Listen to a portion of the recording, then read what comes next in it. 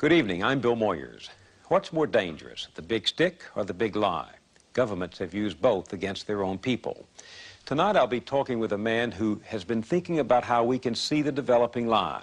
He says that propaganda is to democracy what violence is to a dictatorship, but he hasn't lost faith in the power of common people to speak up for the truth. So there are ways of compensating for the absence of resources. People can do things. Okay, the information is there, but it's there to a fanatic, you know, somebody who wants to spend a substantial part of their time and energy exploring it and comparing today's lies with yesterday's leaks and so on. That's a research job. And it's, you know, it just simply doesn't make any sense to ask the general population to dedicate themselves to this task on every issue. I'm not given to false modesty. There are things that I can do, and I know that I can do them reasonably well, including analysis and, study, research. I mean, I know how to do that sort of thing, and I think I have a reasonable understanding of the way the world works as much as anyone can. And that turns out to be a very useful resource for people who are doing active organizing, trying to engage themselves in a way which will make it a little bit of a better world. And if you can help in those things or participate in them, well, that's that's rewarding. The point is that you have to work. And that's why the propaganda system is so successful. Very few people are going to have the time or the energy or the commitment to carry out the constant battle that's required to get outside of, McNeil there or Dan Rather or somebody like that. The easy thing to do, you come home from work, you're tired, you've had a busy day, you're not going to spend the evening carrying out a research project. So you turn on the tube and say, it's probably right. Or you look at the headlines in the paper and then you watch the sports or something. And that's basically the way the system of indoctrination works. Sure, the other stuff is there, but you're going to have to work to find it. I feel that I'm simply helping people develop courses of intellectual self-defense. What did you mean by that? What would such a course be? I don't mean go to school, because you're not going to get it there. It means you have to develop an independent mind and work on it. Now, that's extremely hard to do alone. The beauty of our system is it isolates everybody. Each person is sitting alone in front of the tube. It's very hard to have ideas or thoughts under those circumstances. You can't fight the world alone. Some people can, but it's pretty rare. The way to do it is through organization. So courses of intellectual self-defense will have to be in the context of political and other organization. You have said that we live entangled in webs of endless deceit, that we live in a highly indoctrinated society where elementary truths are easily buried. Elementary truths such as? The fact that the military system is to a substantial extent, not totally, but to a substantial extent, a mechanism by which the general population is compelled to provide a subsidy to high-technology industry. Since they're not going to do it if you ask them to, you have to deceive them into doing it. I think there are many truths like that, and we don't face them. And I think there are a number of pretty simple ideas that ought to define what the role of intellectuals ought to be. By intellectuals, I just mean people of relative privilege, training, resources, opportunity, an ability to be in a position where you can get involved in some fashion in affairs that matter to human beings. So it's intellectuals. It excludes, for example, a great scientist who just stays in his laboratory and wins his Nobel Prize. It excludes somebody who's working so hard putting food on the table that he just doesn't have time to think about these things. But it includes, in our societies like ours, a large group of other people, for example, anybody related to a university anyhow, because we have these privileges and opportunities. So that's roughly the category. I don't think that the role of people with some degree of privilege, say like us, should be to tell truth to power. One reason is power already knows the truth. You don't have to tell it to them. They understand it very well. That's why they're doing what they're doing. Another is that they're not the right audience. you should be reaching people who don't know the truth. Tell them. Furthermore, you shouldn't be telling them. It's not that we have some, I, you, whoever it is, has some kind of magic authority. We have our own ideas. They have their ideas. In 1975, for example, the large majority of Americans, I think, knew the truth, that the war was not a mistake. It was fundamentally wrong and immoral. You don't have to tell them the truth. You can participate with them in finding out the truth, learning it yourself, encouraging them to think it through for themselves. So you should be reaching out to other people, trying to learn the truth as best you can together with them, and it should be the audience that matters, and not the powerful, and it should be on issues that are of significance. A couple of days ago, a trial ended in The Hague, the trial of Charles Taylor for terrible crimes in Sierra Leone. The case was narrower than what the prosecutors wanted. The prosecutors, one of them's a distinguished law professor in the United States, the other a well-known barrister in London, they wanted a much broader case. They had collected, they claim, massive evidence to implicate Gaddafi in the crime. He'd been massively funding Taylor, participating, sending arms. So they wanted to broaden the case to include Gaddafi. Well, the U.S. and Britain blocked it. And the International Criminal Court, of course, takes orders from the masters. So they narrowed the case, and no mention of Gaddafi. And it's the normal pattern. The wrong kind of story must be marginalized and kept from the eyes of the public, and meanwhile we focus on the terrible crimes of others, like Charles Taylor in Sierra Leone. It's pretty obvious why they wanted to cut Gaddafi out. He was a loyal friend and ally, so you don't want to implicate him. Well, now the story's changed, so we talk about what we can do about this monster. That's, again, perfectly normal. To take just one last case, in the 1970s, Saddam Hussein was an enemy. That changed in the early 80s. In fact, in 1982, the Reagan administration decided that they wanted to provide arms to Iraq, to assist in their invasion of Iran. Well, there's a little impediment. There's an institution called the List of Terrorist States, and Iraq was on the list of terrorist states.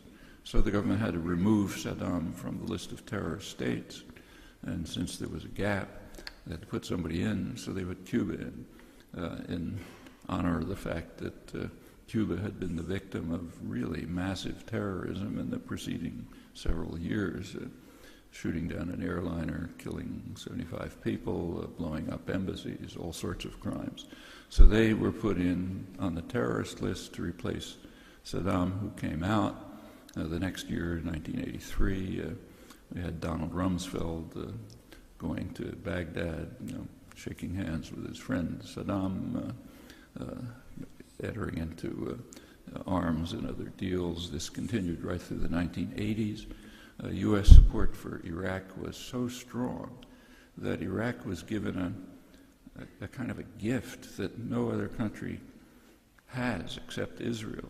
They were permitted to attack a U.S. ship and kill a couple of dozen sailors and get away with it nothing but a weak apology. Nobody can do that except for Israel, which did it in 1967. But that shows real love. The U.S. essentially entered the war. The U.S. also denied Saddam's atrocities. That's the Halabja massacre, the Al-Anfal massacres that occurred, everything denied. In fact, the administration even intervened in Congress to prevent them from issuing a declaration of censure for these huge atrocities, the worst ones of Saddam's rule. And finally, the U.S. entered the war directly, and Iran capitulated. They couldn't face U.S. participation in the war. Love for Saddam continued after the war.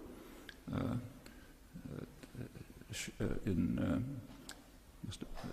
1989, so that's a year after the war ended, the president was now President Bush, the first President Bush. He invited Iraqi nuclear engineers to the United States for advanced weapons training in nuclear weapons manufacture. That's 1989. A couple of months after that, President Bush sent a delegation to Iraq to convey his greetings to his friend Saddam. This was April 1990. The delegation was led by Senator Robert Dole. He was Senate Majority Leader, later Republican presidential candidate, other high-level senators. We have the transcript. They brought President Bush's greetings to Saddam. They assured Saddam that he could ignore some critical comment he was hearing in the American press. That we have this freedom of press business, so we can't figure out a way to shut them up, but you can ignore them.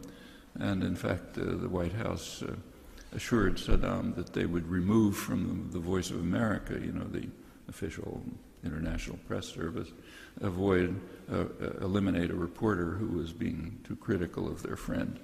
This was April 1990. A couple of months later, Saddam committed a real crime. He disobeyed orders, or maybe misunderstood them. It's not clear. And he invaded Kuwait. Okay.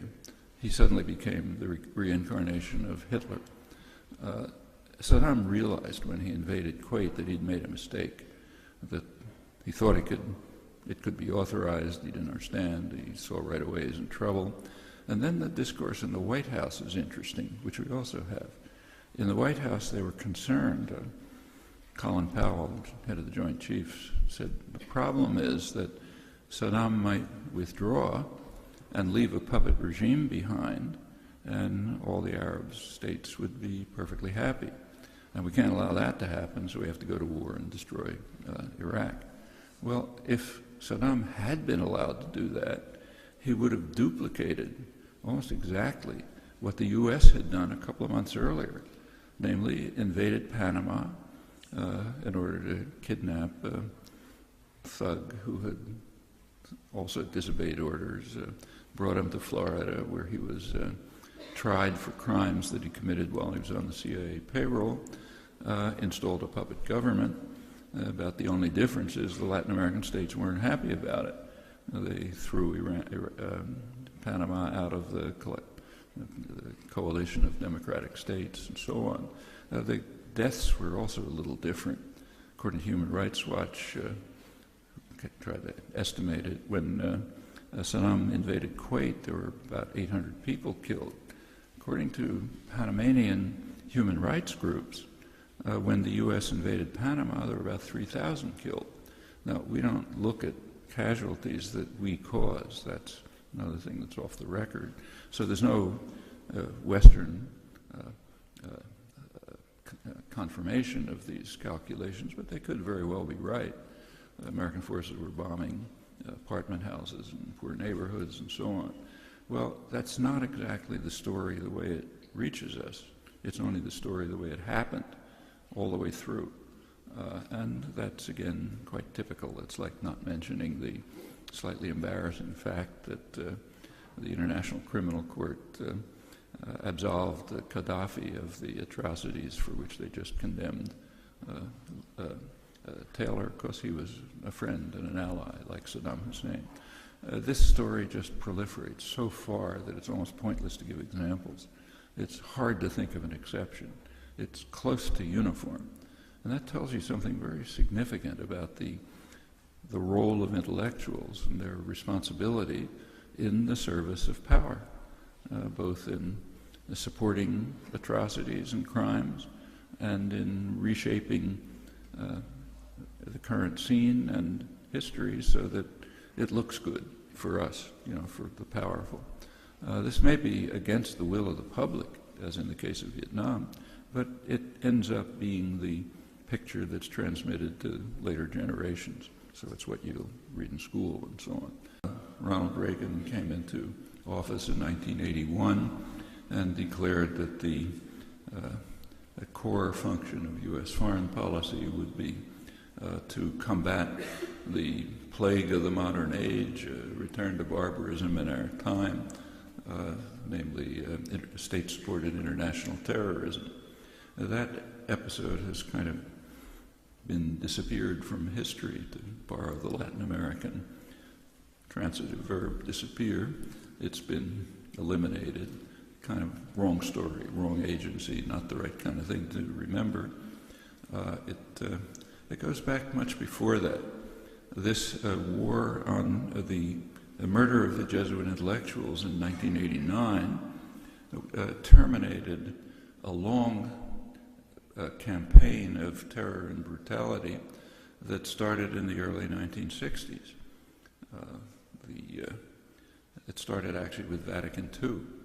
Vatican II in 1962 was an attempt by the Pope John XXIII, to institute a really radical change in church history.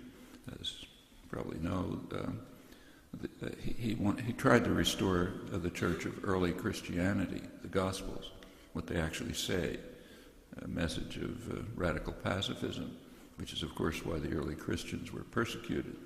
That changed in the 4th century when the Roman Empire took over the church, made it the church of the persecutors, not the church of the persecuted, in the phrase of distinguished theologian Hans Küng, one of those punished in the period of the 60s and 70s. He wasn't killed, he was just kind of kept from teaching and so on. He was lucky. In 1962, at Vatican II, the Pope declared an effort to return the church to its original mission, to be the church of the persecuted. A very significant change. And it was taken seriously, particularly in Latin America. The Latin American bishops adopted that program. They adopted what was called the preferential option for the poor, message comes out of the Gospels, and priests and nuns, laypersons, went to the countryside, tried to organize peasants into base communities where they would read the Gospels, think about ways to adopt measures to survive somehow in the extremely harsh domains of U.S. power. That was a heresy that was not going to be tolerated. The U.S. very quickly launched a war against the church. The church and all social movements that were participating in these similar efforts. It began very quickly in 1964. A military coup took place in Brazil, overthrowing the civilian government that had actually been prepared by the Kennedy administration, carried out shortly after Kennedy's assassination.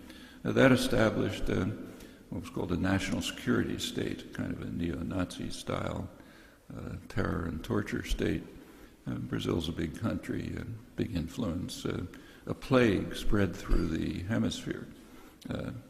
Chile, Uruguay, Argentina, one country after another, similar phenomena, plenty of religious martyrs because they were in the forefront. And it continued through Central America in the 1980s. It essentially terminated with the murder of the 6 Jesuit intellectuals in November 1989, right at the time of the fall of the Berlin Wall. Well, it's well known to scholarship that the terror and atrocities and brutality and slaughter in Latin America from 1960 to the end of the century were incomparably worse than anything that happened in Eastern Europe in those years. What happened in Eastern Europe is bad enough, but what went on in Western domains was incomparably worse. Now, that's known to scholarship. For example, you can read it in the recently published the Cambridge University History of the Cold War, kind of comment on it. But it's not known to the public. What's known to the public is the suffering of the East European dissidents, which was real, and they should be respected and honored. But in comparison with what was happening elsewhere, they were pretty lucky, far luckier than the Jesuits of El Salvador or the Archbishop or many others during those years. Well, one of the task of intellectuals is to ensure that we know about the East European dissidents, and we pride ourselves on our heroism in supporting them, but we don't know about the ones who we slaughtered and tortured and killed. That's out of history, not to be remembered. I happened to be in Europe in November 2009 at the 30th anniversary of the fall of the Berlin Wall, and there was a great deal of euphoria, self-congratulation about our great courage in supporting dissidents in the enemy's domain, but there wasn't a word about what happened in Latin America, primarily carried out by the United States, but with the strong support of its European allies all the way through. Well, that's a typical task of the intellectuals. If you go back to, say, the Vietnam War, there was protest, substantial protest, mostly on the part of young people, students, people outside the elite intellectual circles. There was some protest there, but very muted and quite interesting in its character. I've written about it if you want the details. Up through the early years of the war, there was overwhelmingly strong support for the war. There was virtually no protest. In fact, support for the war was so strong that very few people, even today, know when the war began. It actually began just 50 years ago. In 1961,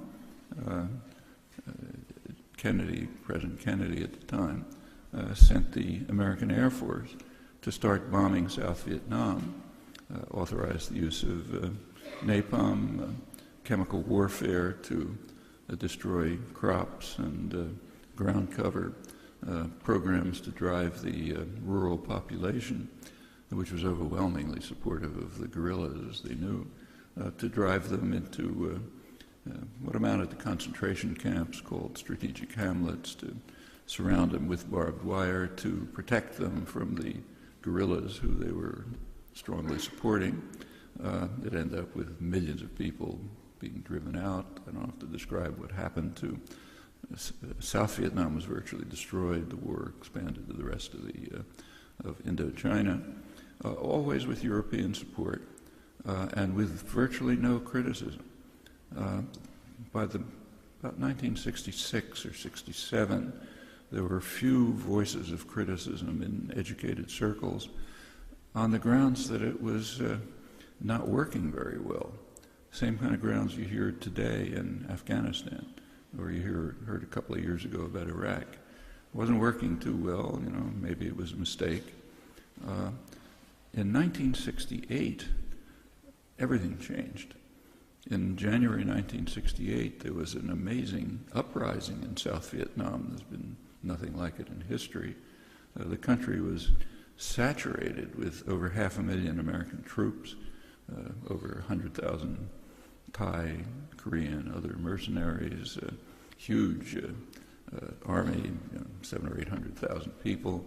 Every village penetrated, informants everywhere. All of a sudden, in January 1968, there was an uprising which no one knew about. Everyone had kept quiet, and it was all over the country. Practically, I broke into the American embassy. This is the Tet Offensive. I don't think there's ever been a case of such overwhelming commitment to a revolutionary cause. No one even talked about it, and it was a surprise everywhere. Well, that struck a chord with the American business community, the ones who are decisive in determining policy. It got them to recognize that this war isn't worth fighting any longer. We've basically won our objectives. It's a waste of money and time. And they pressured the government, a pretty strong power play, to reverse policy. And the government did follow orders, reversed policy, started withdrawing troops, entered in negotiations. The president announced that he's not going to run for a second term, and so on. The intellectuals responded almost reflexively. All of a sudden, everybody became a long-term opponent of the war without any trace that anyone can find. In fact, the record says the opposite. But that was the new party line. We're long-term opponents of the war, got to get out, it was a mistake, shouldn't have gotten in, and so on. There are a number of leading figures in the Kennedy administration who wrote memoirs. Arthur Schlesinger, Roger Hilsman, Theodore Sorensen, others. They rewrote their memoirs, literally. The early memoirs, the ones written at the time, if you look at them, were fully supportive of the war, or often didn't even mention it because it was so uninteresting. The post-1968 story, which is the one that enters into history, is Kennedy was going to pull out of Vietnam. Everybody was opposed. Should never gotten in the first place. It's the bad Texan, Lyndon Johnson, who turned everything around. And we, the intellectuals, were passionate opponents of the war. We couldn't make our case. That's the more or less official story today. There is, by now, if you go to 1975, when the war officially ended, it's quite interesting to look at what was being written then and what popular attitudes were then. At that time, among the public, about 70% of the population in polls said that the war was not a mistake. It was fundamentally wrong and immoral. That's 70% of the population. Not a phrase like that in the educated community. In fact, at the outside limits of criticism, say in the New York Times, the most dissident journalist, Anthony Lewis, wrote that the war began with blundering efforts to do good. Efforts to do good is tautological. The U.S. government was carrying it out, so it was efforts to do good. Blundering, it didn't work. So it began with blundering efforts to do good, but by 1969, that's after the Tet Offensive, it had become clear that the war was a mistake and that we could not achieve our, by definition, noble objectives at a cost acceptable to ourselves. So it was really a mistake. That's the critical end of elite, educated, dissident opinion at a time when 70% of the population said, no, it's not a mistake, it's fundamentally wrong and immoral. Those are phrases that don't appear in educated discourse. Wrong and immoral. Maybe wrong because it didn't work, but not immoral. And that's very typical. Take a look at current debate about, say, Iraq. At the outer limits of criticism within the educated mainstream, you have, for example, Barack Obama, who's very strongly praised and honored for his principled opposition to the war. What was his principled opposition? He said it's a strategic blunder. We're not going to be able to do it at a cost acceptable to ourselves. It's kind of like Nazi generals after Stalingrad. After Stalingrad, I'm sure there was criticism in the German general staff of Hitler's blunders. Why fight a two-front war when you should have knocked out England first and then gone ahead? So yeah, it was a strategic blunder. We don't call that principled criticism. I don't have records from the German general staff, but we do have records from the Soviet Union. If you read Pravda in the mid-1980s, that's the way they described the war in Afghanistan. It was a strategic blunder. Should never have gotten into it. Again, we don't call that principled criticism. We don't honor and respect them for that stand. But when it's done on our side, that's exactly what we do. Well, could go on and on about this, but... What is that title meant to describe? Well, the title is actually borrowed from a book by Walter Lippmann, written back around 1921, in which he described what he called the manufacture of consent as a revolution in the practice of democracy. What it amounts to is a technique of control. And he said this was useful and necessary because the common interests, the general concerns of all people, elude the public. The public just isn't up to dealing with them, and they have to be the domain of what he called a specialized class. Notice that that's the opposite of the standard view about democracy. There's a version of this expressed by the highly respected moralist and theologian Reinhold Niebuhr, who was very influential on contemporary policymakers. His view was that rationality belongs to the cool observer, but because of the stupidity of the average man, he follows not reason but faith. And this naive faith requires necessary illusion and emotionally potent oversimplifications, which are provided by the myth maker to keep the ordinary person on course.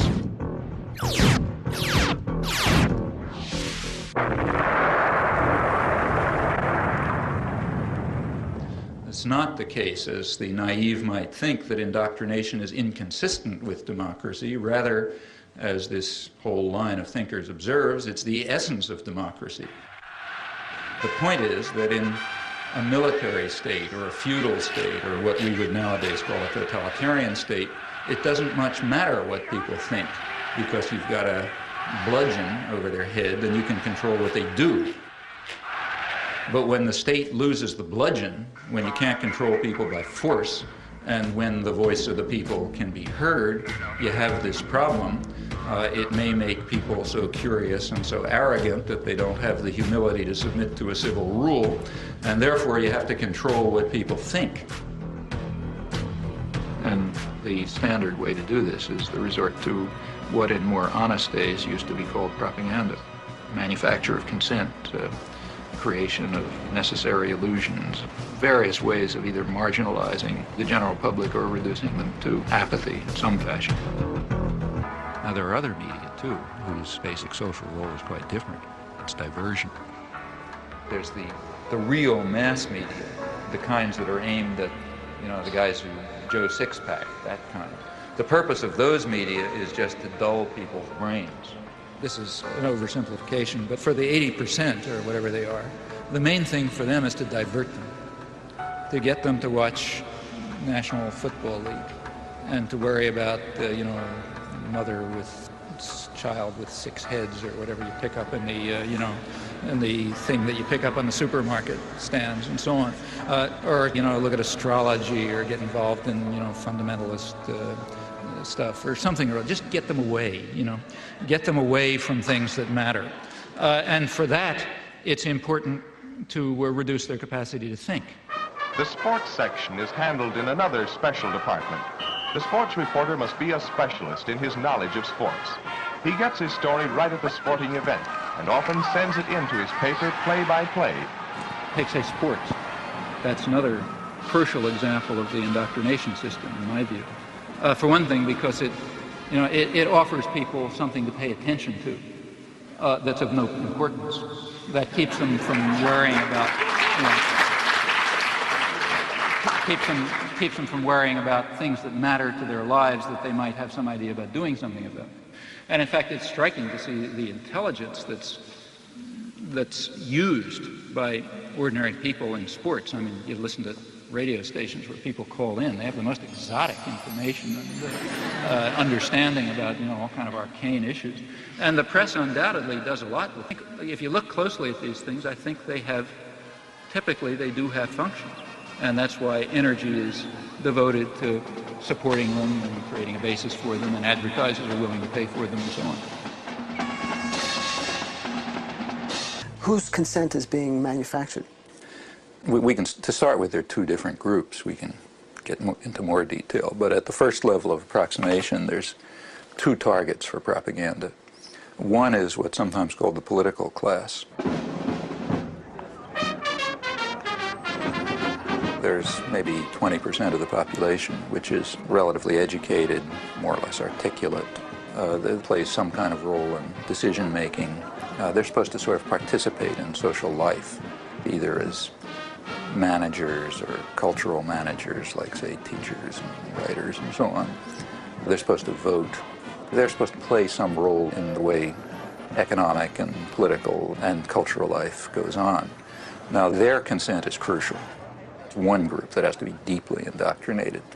Then there's maybe 80% of the population whose main function is to follow orders and not to think, and not to pay attention to anything. And they're the ones who usually pay the costs.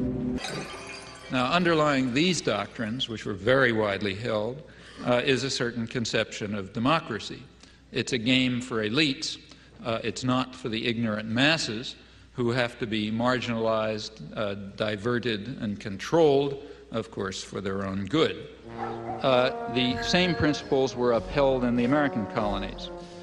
The dictum of the founding fathers of American democracy that, I'm quoting, the people who own the country ought to govern it, quoting John Jay.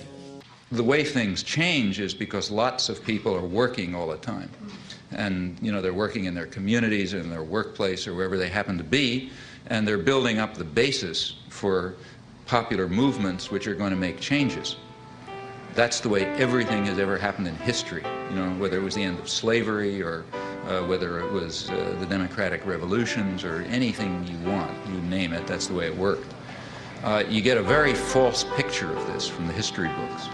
In the history books, there's a couple of leaders, George Washington or Martin Luther King or whatever. And I don't want to say that those people are unimportant, like Martin Luther King was certainly important, but he was not the civil rights movement. Martin Luther King can appear in the history books because lots of people whose names you will never know and whose names are all forgotten and who may have been killed and so on were working down in the South. When you have active activists and people concerned and people devoting themselves and dedicating themselves to social change or issues or whatever, then people like me can appear. And we can appear to be prominent, but that's only because somebody else is doing the work. My work, whether it's giving hundreds of talks a year or spending 20 hours a week writing letters or writing books, is not directed to intellectuals and politicians. It's directed to what are called ordinary people. Yeah. And what I expect from them is, in fact, exactly what they are, that they should try to understand the world and act in accordance with their decent impulses, and that they should try to improve the world. And many people are willing to do that, but they have to understand. And in fact, as far as I can see, in these things, I feel that I'm simply helping people develop courses of intellectual self-defense. What did you mean by that? What would such a course be? I don't mean go to school, because you're not going to get it there. It means you have to develop an independent mind and work on it. Now, that's extremely hard to do alone. The beauty of our system is it isolates everybody. Each person is sitting alone in front of the tube. It's very hard to have ideas or thoughts under those circumstances. You can't fight the world alone. Some people can, but it's pretty rare. The way to do it is through organization. So courses of intellectual self-defense will have to be in the context of political and other organization. The truth is that things are not as simple as Professor Chomsky maintains. Those who believe in democracy and freedom have a serious task ahead of them. What they should be doing, in my view, is dedicating their efforts to helping the despised common people to struggle for their rights and to realize the democratic goals that constantly surface throughout history. They should be serving not power and privilege, but rather their victims. Freedom and democracy are by now not merely values to be treasured, they are quite possibly the prerequisite to survival. It's a conspiracy theory, pure and simple. It is not borne out by the facts. Mr. Chairman, I have to go to Amsterdam. If you'll excuse me, I'm leaving. There is nothing more remote from what I'm discussing, or what we have been discussing, than a conspiracy theory.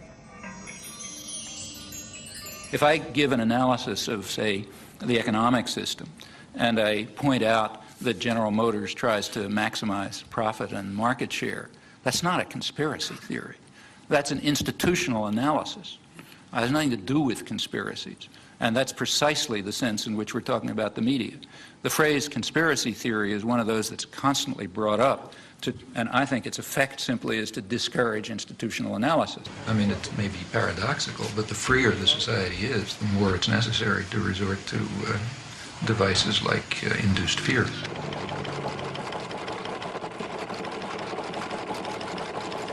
What keeps the media functioning is not the audience. They make money from their advertisers. And remember, we're talking about the elite media, so they're trying to sell a good product, a product which raises advertising rates. And ask your friends in the advertising industry, that means that they want to adjust their audience to the more elite and affluent audience. That raises advertising rates. So what you have is institutions, corporations, big corporations, that are selling relatively privileged audiences to other businesses. Well, what point of view would you expect to come out of this? I mean, without any further assumptions, what you'd predict is that what comes out is a picture of the world, a perception of the world, that satisfies the needs and the interests and the perceptions of the sellers, the buyers, and the product. Now, there are many other factors that press in the same direction. If people try to enter the system who don't have that point of view, they're likely to be excluded somewhere along the way. After all, no institution is going to happily design a mechanism to self-destruct. It's not the way institutions function. So they all work to exclude or marginalize or eliminate dissenting voices or alternative perspectives and so on because they're dysfunctional. They're dysfunctional to the institution itself. But you can participate in it. You can add your own thoughts, and you can learn something and so on. Well, that's the way people become human, That's the way you become human participants in a social and political system. The point is that you have to work. And that's why the propaganda system is so successful. Very few people are going to have the time or the energy or the commitment to carry out the constant battle that's required to get outside of, McNeil Lehrer or Dan Rather or somebody like that. The easy thing to do, you come home from work, you're tired, you've had a busy day, you're not going to spend the evening carrying out a research project. So you turn on the tube, you say it's probably right, or you look at the headlines in the paper and then you watch the sports or something. And that's basically the way the system of indoctrination works. Sure, the other stuff is there, but you're going to have to work to find it. Modern industrial civilization has developed within a certain system of convenient myths. The driving force of modern industrial civilization has been individual material gain, which is accepted as legitimate, even praiseworthy, on the grounds that private vices yield public benefits in the classic formulation.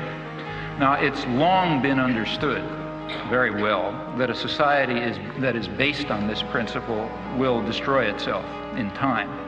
It can only persist with whatever suffering and injustice it entails, as long as it's possible to pretend that the destructive forces that humans create are limited, that the world is an infinite resource, and that the world is an infinite garbage can. At this stage of history, either one of two things is possible. Either the general population will take control of its own destiny and will concern itself with community interests, guided by values of solidarity and sympathy and concern for others, or alternatively, there will be no destiny for anyone to control. Now, the elite media are the sort of the agenda-setting media. That means the New York Times, the Washington Post, the major television channels, and so on. They set the general framework. Local media more or less adapt to their structure. They determine, they select, they shape, they control, they restrict in order to serve the interests of dominant elite groups in the society. I'm Jeff Greenfield for Nightline in New York. What about just in the selection of guests to analyze things? Why is Noam Chomsky never on Nightline? I couldn't begin to tell you. He's one of the leading intellectuals in the entire world. I have no idea. I mean, I can make some guesses. He may be one of the leading intellectuals who can't talk on television. You know, that's a standard that's very important to us. If you got a 22-minute show and a guy takes 5 minutes to warm up, now I don't know whether Chomsky does or not, he's out. One of the reasons why Nightline has the usual suspects is one of the things you have to do when you book a show is know that the person can make the point within the framework of television. And if people don't like that, they should understand it is about as sensible to book somebody who will take 8 minutes to give an answer as it is to book somebody who doesn't speak English. But in the normal given flow, that's another culture-bound thing. We got to have English-speaking people. We also need concision. So Greenfield, or whatever his name is, hit the nail on the head. The U.S. media are alone in that it is, you must meet the condition of concision. You got to say things between two commercials or in 600 words. And that's a very important fact, because the beauty of concision, you know, saying a couple of sentences between two commercials, the beauty of that is that you can only repeat conventional thoughts. I was reading Chomsky 20 years ago. I think his notion, didn't he co-author a new book called Engineering Consent or The Manufacturing of Consent? I mean, some of that stuff to me looks like it's from Neptune. This is the first time the Neptune system has been seen clearly by human eyes. These pictures, taken only hours ago by Voyager 2, are its latest contribution. You know, he's perfectly entitled to say that I'm seeing it through a prism, too. But my view of that, of his notions about the limits of debate in this country, is absolutely wacko. Suppose I get up on Nightline, say, I'm given whatever it is, 2 minutes, and I say Gaddafi is a terrorist, Khomeini is a murderer, you know, et cetera, et cetera. The Russians, you know, invaded Afghanistan, all this sort of stuff. I don't need any evidence. Everybody just nods. On the other hand, suppose you say something that just isn't regurgitating conventional pieties. Suppose you say something that's the least bit unexpected or controversial. Suppose you say, I mean, the biggest international terror operations that are known are the ones that are run out of Washington. Or suppose you say, what happened in the 1980s is the U.S. government was driven underground. Suppose I say the United States is invading South Vietnam, as it was. The best political leaders are the ones who are lazy and corrupt. If the Nuremberg laws were applied, then every post-war American president would have been hanged. The Bible is probably the most genocidal book in our total canon. Education is a system of imposed ignorance. There's no more morality in world affairs fundamentally than there was in the time of Genghis Khan. They're just different, you know, they're just different factors to be concerned with. Noam Chomsky, thank you. Well, you know, people will quite reasonably expect to know what you mean. Why did you say that? I never heard that before. If you said that, you better have a reason, you know, you better have some evidence. In fact, you better have a lot of evidence, because that's a pretty startling comment. You can't give evidence if you're stuck with concision. You know, that's the genius of this structural constraint. And in my view, if people like, say, Nightline and McNeil Lehrer and so on were smarter, if they were better propagandists, they would let dissidents on, let them on more, in fact. The reason is that they would sound like they're from Neptune. Then comes our special conversation on the Middle East crisis. Tonight's is with the activist, writer, and professor Noam Chomsky. Again, there has been an offer on the table, which we rejected, an Iraqi offer last April, to eliminate their chemical and other unconventional arsenals if Israel were to simultaneously do the same.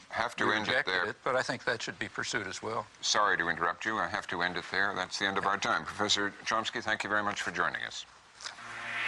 AT&T has supported the McNeil Lehrer NewsHour since 1983 because quality information and quality communications is our idea of a good connection. AT&T, the right choice. I mean, given the natural advantages that the United States has in terms of resources and lack of enemies and so on, the United States should have a level of health and welfare and so on that's, you know, an order of magnitude beyond anybody else in the world. We don't. The United States is last among 20 industrialized societies in infant mortality. That's a scandal of American capitalism. And it ends up being a very free society, which does a lot of rotten things in the world. Okay? There's no contradiction there. I mean, you know, Greece was a free society by the standards of Athens, you know. It was also a vicious society from the point of view of its imperial behavior. There's virtually no correlation between maybe none, between the internal freedom of a society and its external behavior. So I work with student press, so I know like reporters and stuff. The elites don't control the student press, but I'll tell you something. You try in the student press to do anything that breaks out of conventions, and you're going to have the whole business community around here down on your neck, and the university's going to get threatened, and, you know, I mean, maybe nobody will pay any attention to you, that's possible. But if you get to the point where they don't stop paying attention to you, the pressures will start coming. Because there are people with power. There are people who own the country, and they're not going to let the country get out of control. As long as some specialized class is in a position of authority, it is going to set policy in the special interests that it serves. But the conditions of survival, let alone justice, require rational social planning in the interests of the community as a whole, and by now that means the global community. The question is whether privileged elites should dominate mass communication and should use this power as they tell us they must, namely to impose necessary illusions, to manipulate and deceive the stupid majority and remove them from the public arena.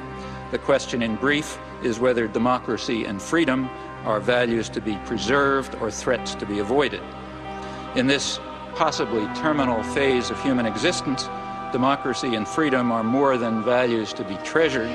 They may well be essential to survival. Thank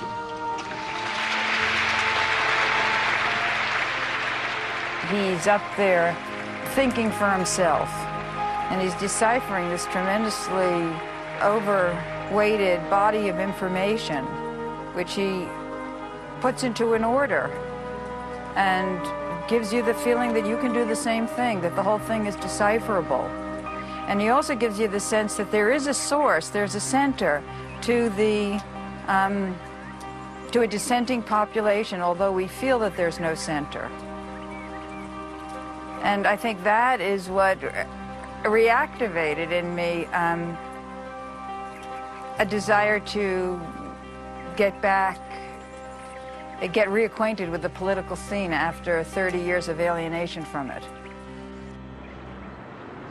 You do hundreds of interviews and lectures, and you're dealing with massacres in East Timor and invasions of Panama, etc. Pretty horrific stuff, death squads. What keeps you going? I mean, don't you get burned out on this material? Well, you know, it's mainly a matter of whether you can look yourself in the mirror, I think. I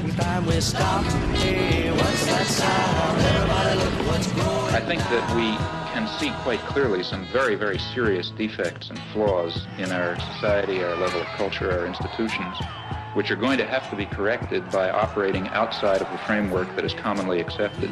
I think we're going to have to find new ways of political action.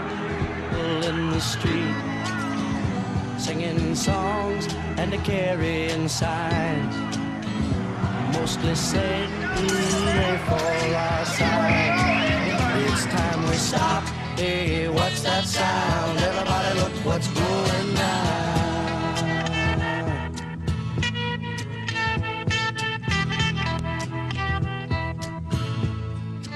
See, I think the point that I'm trying to make, and I think ought to be made, is that the real, at least to me, I say this elsewhere in the book, what seems to me a very, in a sense, terrifying aspect of our society and other societies is the equanimity and the detachment with which sane, reasonable, sensible people can observe such events. I think that's more terrifying than the occasional Hitler or LeMay or other that crops up. These people would not be able to operate were it not for this apathy and equanimity. And therefore I think that it's, in some sense, the sane and reasonable and tolerant people who share a very serious burden of guilt that they very easily throw on the shoulders of others who seem more extreme and more violent. People don't want a war unless you have to have one, and they would have known that you don't have to have one. Well, the media kept people from knowing that, and that means we went to war very much in the manner of a totalitarian state, thanks to the media subservience. That's the big story.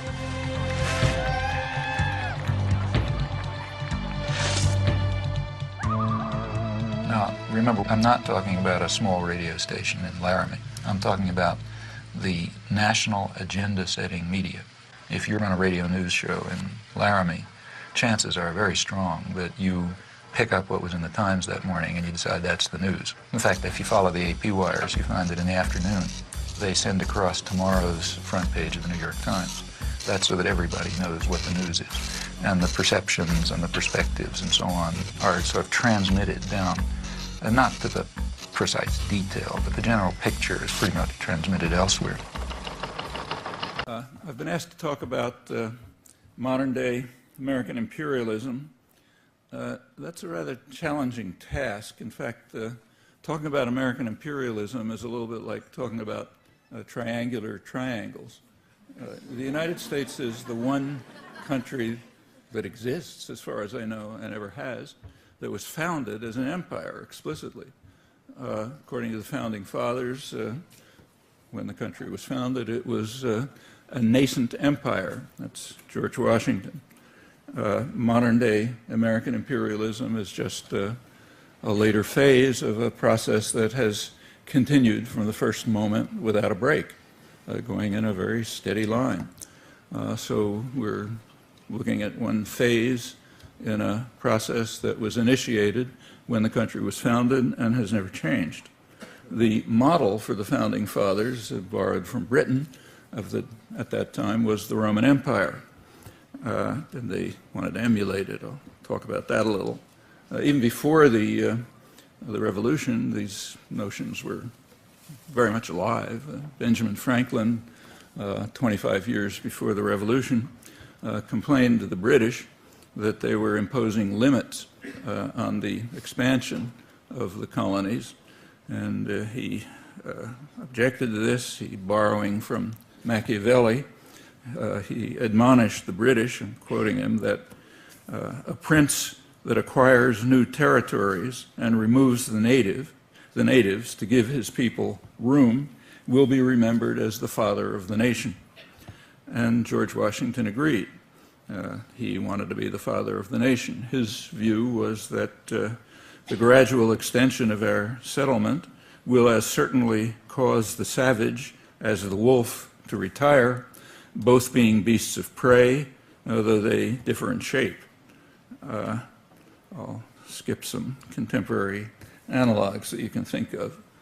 Thomas Jefferson, the most forthcoming of the Founding Fathers, said, "We shall drive them, the savages, we shall drive them with the beasts of the forests into the stony mountains, and the country will ultimately be free of blot or mixture," meaning red or black. Wasn't quite achieved, but that was the goal. Furthermore, Jefferson went on, our new nation will be the nest from which all America, North and South, is to be peopled, displacing not only the red men here, but the Spanish-speaking population to the south and anyone else who happened to be around. There was a deterrent to those glorious aims, mainly Britain. And Britain was the most powerful military force in the world at the time, and it did prevent the steps that the Founding Fathers attempted to take. In particular, it blocked the invasion of Canada. The first attempted invasion of Canada was before the Revolution, and there were several others later, but it was always blocked by British force, which is why Canada exists. The United States did not actually recognize Canada's existence until after the First World War. Another goal that was blocked by British force was Cuba. Again, the Founding Fathers regarded the taking over of Cuba as essential to the survival of the nascent empire. But the British fleet was in the way, and they were too powerful, just like the Russians blocked John F. Kennedy's invasions. However, they understood that it would, sooner or later, would come. The great grand strategist, John Quincy Adams, the sort of intellectual father of manifest destiny, he pointed out in the 1820s that we just have to wait. They said Cuba will sooner or later fall into our hands by the laws of political gravitation, just as an apple falls from the tree. What he meant is that over time the United States would become more powerful, Britain would become weaker, and the deterrent would be overcome, which in fact finally happened. And we should not ignore these early events. They are very much related to current history. That's made very clear by scholarship on current affairs. So the major scholarly work on the Bush Doctrine, George W. Bush Doctrine, the preemptive war doctrine, major work is by John Lewis Gaddis, who's the most respected historian of the Cold War period. It's on the roots of the Bush Doctrine. And he traces it right back to John Quincy Adams, who is his hero, the great grand strategist, in particular to Andrew Jackson's invasion of Florida, which conquered Florida from the Spanish. And that was strongly approved by then Secretary of State Adams in a famous state paper in which he advocated the principle of preemptive war on the basis of the thesis that expansion is the path to security. So if we want to be secure, after all, we want to defend ourselves, we have to expand. At that time, expand into Florida. We were being threatened by what were called runaway slaves and lawless Indians who were in the way. They were threatening us by their existence, by barring our expansion. And as Gaddis points out, there's a straight line from that to George Bush. And now expansion is the path to security. It means we take over the world, we take over space, take over the galaxy. There's no limit to how much you have to expand to guarantee security. And that's been the principle from the beginning. Gaddis is a good historian, and he cites the right sources on the so-called Seminole War, Jackson's conquest of Florida, but he doesn't bother telling us what the sources say, and it's worth looking at what they say. They describe it as a war of murder and plunder and extermination, driving out the indigenous population. There were pretexts made, but they were so flimsy that nobody paid much attention to them. It was also the first executive war in violation of the Constitution, setting a precedent which has been followed ever since. There was no congressional authorization. It's all Adams lied through his teeth to Congress. I mean, it's all very familiar. So Gaddis is correct. It is the model for the Bush Doctrine. He approves of both of them, but that's a moral judgment. But his analysis is correct. Yes, what's happening now traces right back to the wars of extermination and plunder and murder and lying and deceit and so on, executive wars that John Quincy Adams was the great spokesman for. Adams, incidentally, later in his life, regretted this. After his own contributions were well in the past, he condemned the Mexican War as an executive war and terrible precedent. It wasn't a precedent. He'd established the precedent. And he also expressed remorse over what he called that hapless race of Native Americans, which we are exterminating with such merciless and perfidious cruelty. They knew what they were doing. Contemporary history likes to prettify it, but if you read the descriptions and the observations by the people who were involved, they knew exactly what they were doing. He expressed regret for it, but of course his own role was long past. It's commonly argued that American imperialism began in 1898. That's when, in 1898, the U.S. did finally succeed in conquering Cuba, what's called in history books liberating Cuba, namely intervening in order to prevent Cuba from liberating itself from Spain and turning it into a virtual colony as it remained till 1959, setting off hysteria in the United States, which hasn't ended yet. Also taking over Hawaii, which was stolen by force and guile from its population, Puerto Rico, another colony, soon moving to the Philippines and liberating the Philippines, also liberating a couple of 100,000 souls to heaven in the process. And again, the reverberations of that extend right to the present, with ample state terror and the one corner of Asia that hasn't undergone a high development, something we're not supposed to notice. But the belief that the imperial thrust started in 1898 is an example of what historians of empire call the salt water fallacy, the belief that you have an empire if you cross salt water. In fact, if the Mississippi River were as wide as the Irish Sea, the imperial thrust would have started much earlier. But that's an irrelevance. I mean, expanding over settled territory is no different from expanding over the waters. So what happened in 1898 was just an extension of the process that began when the nascent empire, as it saw itself, was formed in its first moments.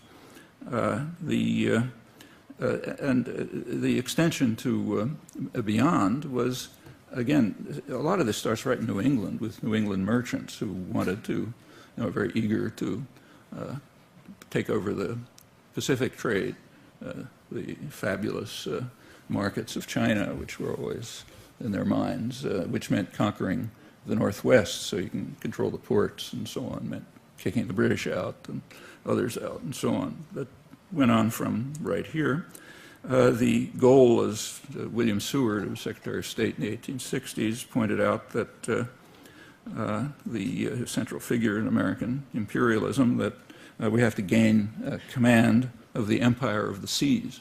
We've conquered the continent, we're going to settle, take it over. Monroe Doctrine was a declaration that we'll take it over, everybody else keep out. And the process of doing so continued through the 19th century and beyond until today. But now we have to have command of the seas.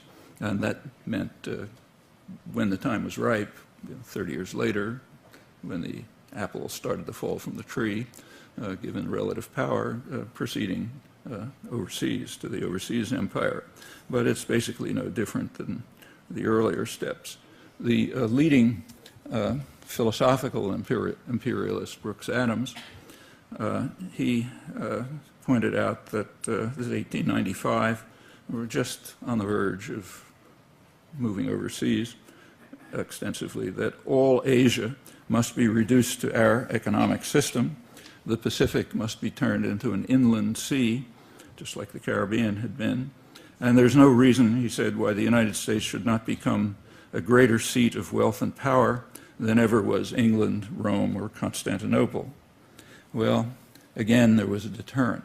The European powers wanted a piece of the action in East Asia, and Japan by then was becoming a formidable force. So it was necessary to explore more complex modes of gaining command of turning the Pacific into an inland sea and going on.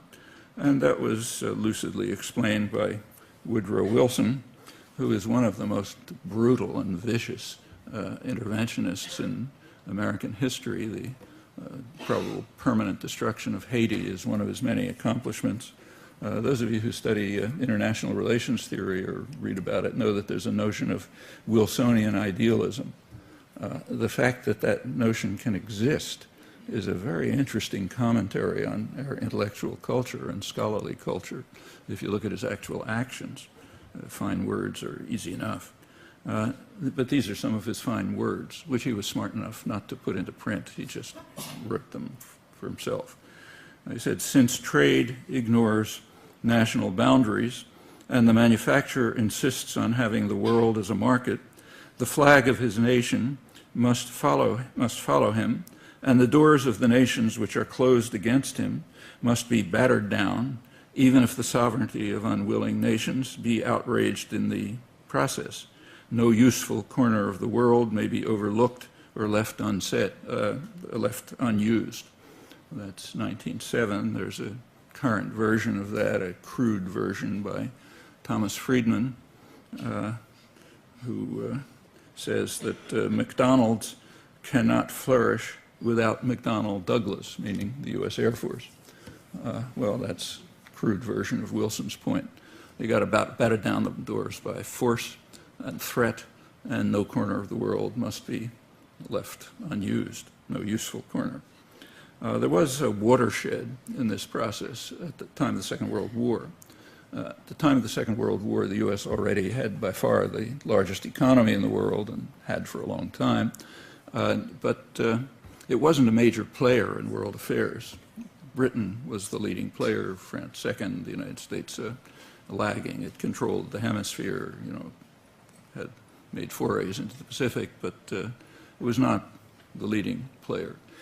Last November, there was a declaration, an agreement by George Bush and what's called the Iraqi government, which is, a little enclave inside the green zone, never gets outside it, which we call the Iraqi government, the client government that follows our orders. So an agreement was made between them, which is interesting. It permits the U.S. to maintain effectively permanent military bases and operations inside Iraq. It has all kind of pretexts, but that's what it amounts to. And rather brazenly, to my surprise, it says that the Iraqi economy must be open to foreign investment, privileging U.S. investors. It's unusual to see such a brazen statement of crass imperialism. The Iraqi economy means oil. Nobody cares about the asparagus they grow. So it must be open to foreign investment, unlike other countries which have controlled their own resources. And it must privilege U.S. investors. I mean, that's more extreme than the most extreme war critic ever said. And Bush underscored it in one of his many hundreds of signing statements a couple of months later in January, in which he said that he signed some legislation, but he said, I'm not going to live up to it. In fact, I won't live up to any legislation that interferes with the U.S. goal of maintaining sort of permanent capacity for military operations there and controls the energy resources. Well, that's totally different from Vietnam. The U.S. didn't care. Once the country was destroyed, and Laos was destroyed, and Cambodia was destroyed, the U.S. didn't care very much what happened, happy to pull out. This is just a completely different situation, both domestically and in terms of the geopolitics of it. My question is, most people, we can sit here and have a discussion on the problems that we've had in the past in Panama or Guatemala and Cuba, and we can also talk about how we supported the Shah and we basically affected the Iranian Revolution. But the fact is that most people in America don't even know that at one point we supported Saddam Hussein. So knowing this fact, how can we help educate the rest of the American public on all of these issues when it seems that, the media won't do it, and it's all of this information that you say is easy to find is maybe not so easy for the average person. So yeah. See, first of all, you're right about supporting Saddam Hussein, but very few people know the extent of the support. I mean, in 1982, Saddam Hussein was hanged a couple of months ago, or a year ago, whatever it was. And if you look, he was hanged for crimes that he committed in 1982. He was alleged to have ordered the killing of 150 or so people, which by his standards was like, toothpick on a mountain. But that's what he was judged for. But it was kind of interesting to see the commentary on it. Something else happened in 1982. In 1982, the Reagan administration removed Iraq from the list of states supporting terror, which is a name for the list of states we want to go after. It has nothing to do with supporting terror. So they removed it from the list in order that the U.S. could start providing aid and support to their friend Saddam Hussein. Donald Rumsfeld went shortly afterwards to, sign the friendly agreement.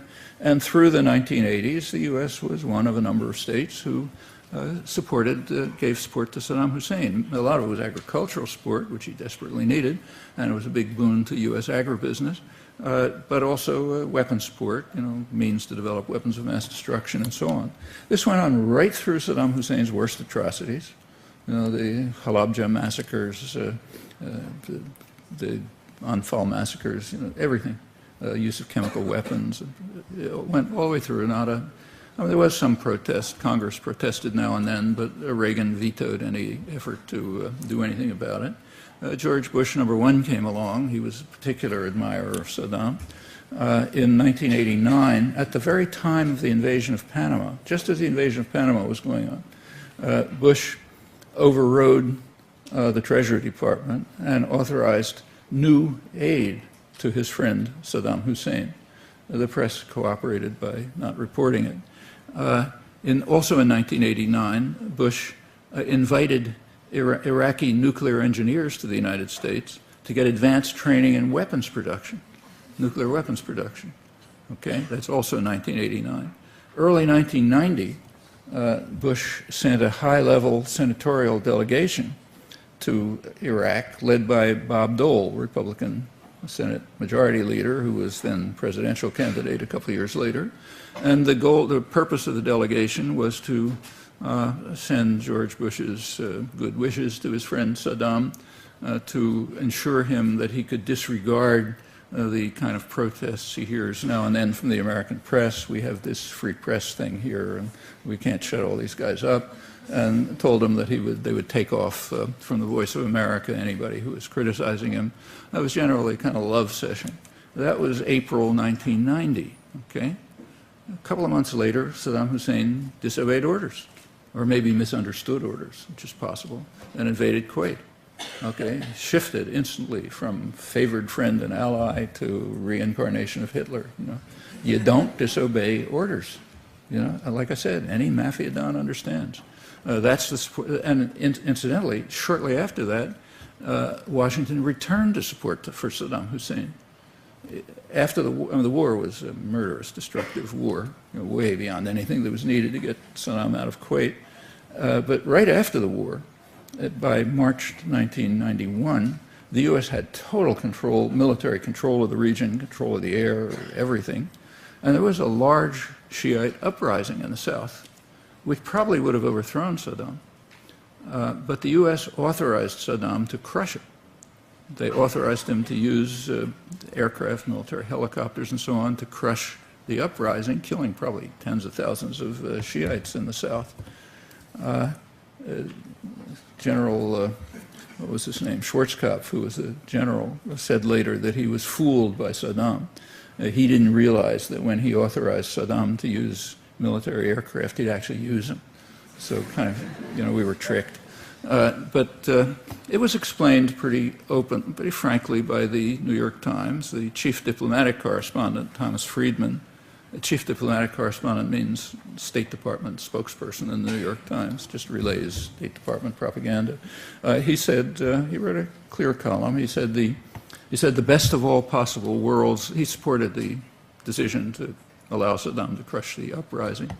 He said the best of all worlds for the United States would be an iron-fisted military junta ruling Iraq just the way Saddam did, but with a different name, because he's now kind of embarrassment. And so we have to settle for second best, Saddam himself. The Middle East correspondent for the New York Times, who's still their top Middle East correspondent, Alan Cowell, he said, well, it's kind of unpleasant watching all these people get massacred. He said, but there's a consensus among the United States and its allies, namely Britain and Saudi Arabia, that the best hope for stability in Iraq is Saddam Hussein, not the people who are trying to overthrow him. Okay, so therefore we have to let Saddam crush the uprising that might have overthrown him. The stability is a technical term. It means following U.S. orders. Okay, so that's stability, and Saddam's more hopeful for stability than Iraqis. In fact, what I've said is, the worst possible outcome is that Iraqis might rule Iraq. We're not going to allow that. Independent nationalism is not to be accepted. That's why Muqtada al-Sadr is a renegade and so on. And in fact, through the 90s, it's the same story. If you look at the main effect of the sanctions, Clinton's sanctions, they were murderous and destructive, but they strengthened Saddam Hussein. They undermined opposition to him. They compelled the population to rely on him for survival, which is probably the reason he wasn't overthrown. Otherwise, he probably would have had the same fate as Ceausescu and Suharto and Mobutu and a whole bunch of gangsters, not very different from him, who the U.S. supported until the end. But in fact, that's exactly what was said by Dennis Halliday and Hans von Sponeck, the two directors of the Oil for Food program, who, as I said, knew more about Iraq than certainly any Westerner. So maybe so, you know, but it's crucial that Iraqis not rule Iraq. Yes, there was support. Now, how do we get any of this stuff to the American people? Well, you know, how do you get anything else to the population? Was it you who quoted Margaret Mead at the beginning? Yeah, that's the way you do it. Everything happens exactly the way you said. Exactly, you know, take the civil rights movement, the women's movement, the Vietnam anti-war movement. Pick anything you like. You know, the environmental movement starts with small groups of people doing things, and gradually it grows. And finally, it gets to the point where, as in the case of the anti-Vietnam war movement, where the government was afraid to send troops because they'd need them for civil disorder control. All that happened within about 2 years. You know, yeah, and it just changed the world. I mean, a striking example is the women's movement. You know, it's not that, I mean, there were feminists before, but until the 1960s, you know, there was nothing much was happening. And within a couple of years, it changed the country and the world dramatically. It's probably the major impact of the 60s on the world. And it happened just by consciousness-raising groups, bigger groups, you know, activism wherever it was necessary, and so on. Civil rights movement was the same. A couple of black kids sat at a lunch counter, and you know, freedom bus riders started riding, and you know, pretty soon you had a huge mass movement, which didn't solve the problems, obviously, but solved a lot of them, made it a lot better. This is one of the most important things happening in the world, I think. It's not Latin America, unfortunately, it's South America. Central America was so devastated by Reaganite terror, it may never recover. So they're not part of this much. I mean, a little, but not much. But South America is undergoing a really dramatic change. I mean, it's the first time since the Spanish invasions that the countries of South America are beginning to face two fundamental problems, which have turned them into like a horror story. You know, some of the worst poverty and misery in the world, in a region with enormous resources and a lot of potential. You know, it's not like you know, it's not a desert somewhere. The two problems are both problems of sort of disintegration. One of them internal to each society, another among all the societies. The Latin American societies typically have been run by a very small, wealthy, very wealthy, largely white elite. Race-class correlation's pretty close, with a mass of suffering and misery. That's been an internal problem. So if you compare it with East Asia, it's striking. I mean, Latin America has many advantages over East Asia. It should be way ahead in development. But in Latin America, capital is exported by the tiny, rich elite.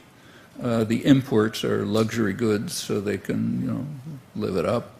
Their second homes are in the Riviera or someplace like that. The children go to school overseas. But they have almost nothing to do with their own population. No responsibility. They don't pay taxes, nothing. The disintegration among the countries is that they are all separated from one another. Like, there's very little interaction among them during the colonial period and even the period of independence. You can see that in the transportation systems and almost everything. Well, those things are changing. Strikingly, I think the most dramatic case is Bolivia, which is really impressive what happened. And you're right, it's under a lot of threat now. The white elite that's always run the place is infuriated that they had a democratic election for the first time. And the U.S. is just as infuriated. Democratic elections are a real danger. But they had a remarkable democratic election in which the large majority of the population, mostly indigenous, entered the political arena, elected someone from their own ranks on crucial issues. You know, not did you make a mistake, you know, did you say some phrase that you shouldn't have said, but on real issues, control of resources, issues of cultural rights, of justice, and so on, and they won. And they were not just pushing a button on election day. These were continuing struggles control over water, all sorts of things, sometimes very bitter struggles. And they had developed mass popular organizations, and they had a democratic election of a kind that is unimaginable in the United States or in the West altogether. And yes, now there's a serious effort to overturn it. This strong secessionist movement. We don't have documents, but I'm sure it's backed by the United States to try to support the rich, mostly white minority to pull out, and that happens to be where most of the natural resources are. And the majority wants to hold the country together and carry forward the significant changes that are taking place. And there's also, and that's happening in the other countries too that you mentioned, including Brazil, the most important. And there's a lot of integration going on. In fact, the whole region, almost the entire region, is sort of moving to the left.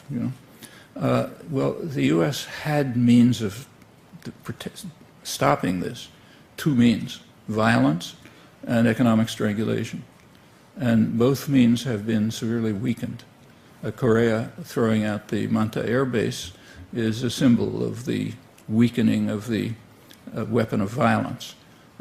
Traditionally, the U.S., when anything like this happened, the U.S. just carried out a military coup, or instigated a military coup, installed a bunch of gangsters, and that was the end of it.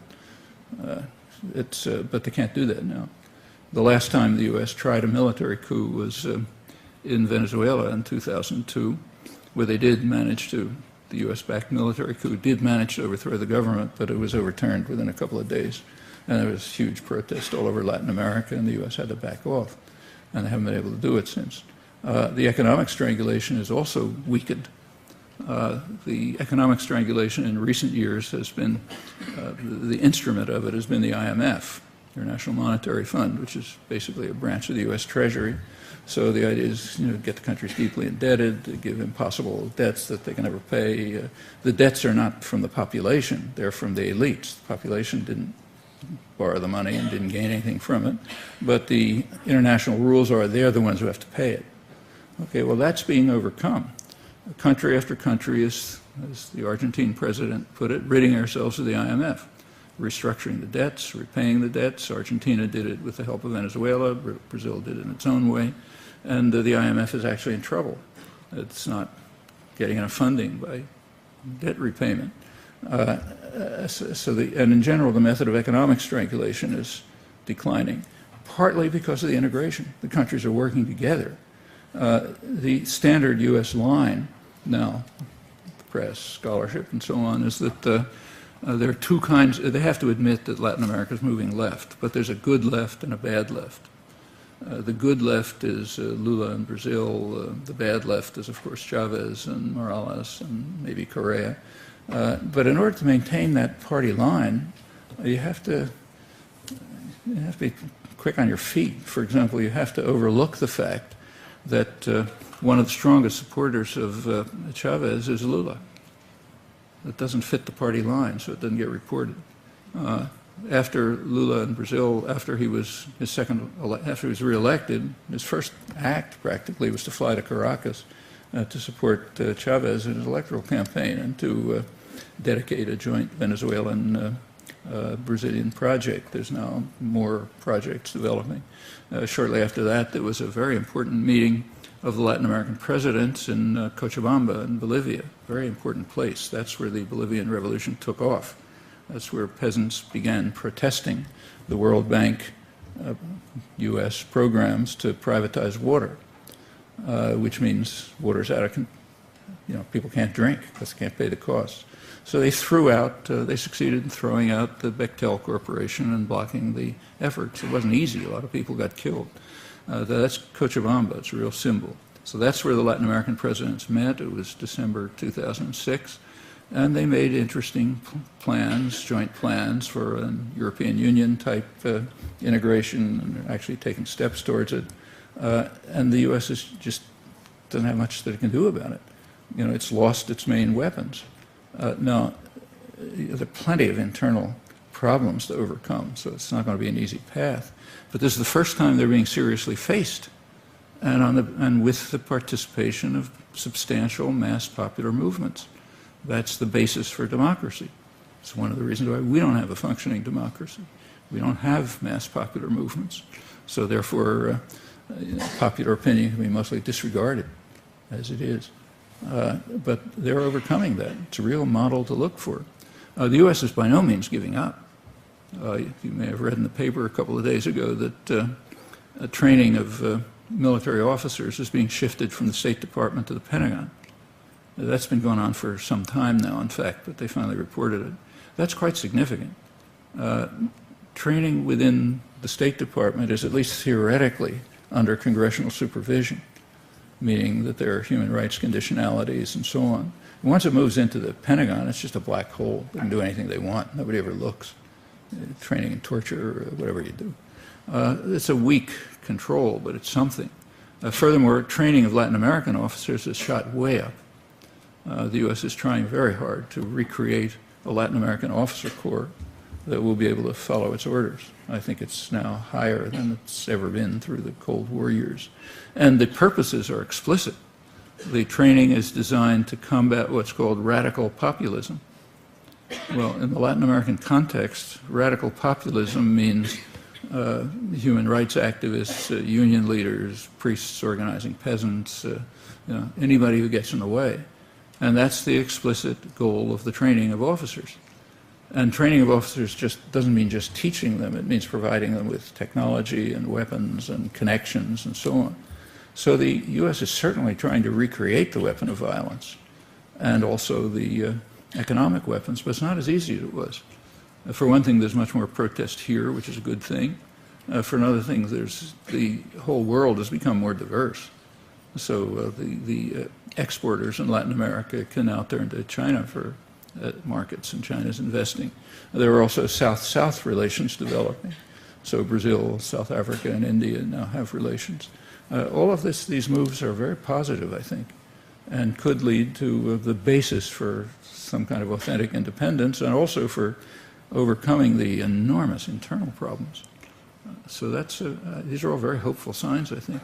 It's probably true that North Korea isn't living up to all its obligations in its declaration, but it's also true that the United States is not living up to its obligations. In fact, in the rare reporting on this that you can occasionally find, the last report was that the original agreement was that Iraq would dismantle its nuclear facilities and produce a declaration of its nuclear activities, and the United States would join with the other 6 powers in providing Iraq with fuel, with other aid, and the U.S. would enter into normal diplomatic relations and remove them from the isolation of North Korea by taking them off the list of states that support terror and so on. Well, the U.S. has done none of that. Furthermore, there's a history of this. The same negotiations, same agreement, pretty much, was reached in September 2005. North Korea agreed to dismantle, to end all nuclear weapons-related operations, all nuclear operations, end them all verifiably. And the United States, in return, would enter into diplomatic relations, remove the threats to Korea, provide it with a light water reactor and a couple of other things, and end all threats. Okay, that would end the crisis. A couple of days later, the United States carried out what the 5 NATO generals now call an act of war against North Korea. They closed down North Korean financial operations, which happened to be in a small bank in Macau. It was probably a trial run for what they're now doing against Iran to see how it would work. Well, that's a very serious attack on a country, to isolate it from the international financial system, no exports, no imports, and so on and so forth. And it was almost certainly done in order to undercut the negotiations that had just been reached. And in fact, North Korea reacted as you'd expect, carried out a nuclear test, went on to develop missiles and so on. And that's been the history all the way back. North Korea may have the worst government in the world, but they've been following a pretty pragmatic course on this. When the U.S. gets more aggressive, they get more aggressive. When the U.S. gets more conciliatory, they get more conciliatory. And it's been running steadily all the way through. So that's the other part of the story. And there's another part of the story that's even more significant. I don't know if North Korea has been providing anything to Syria or not, but there would have been an easy way to stop this, a very easy way.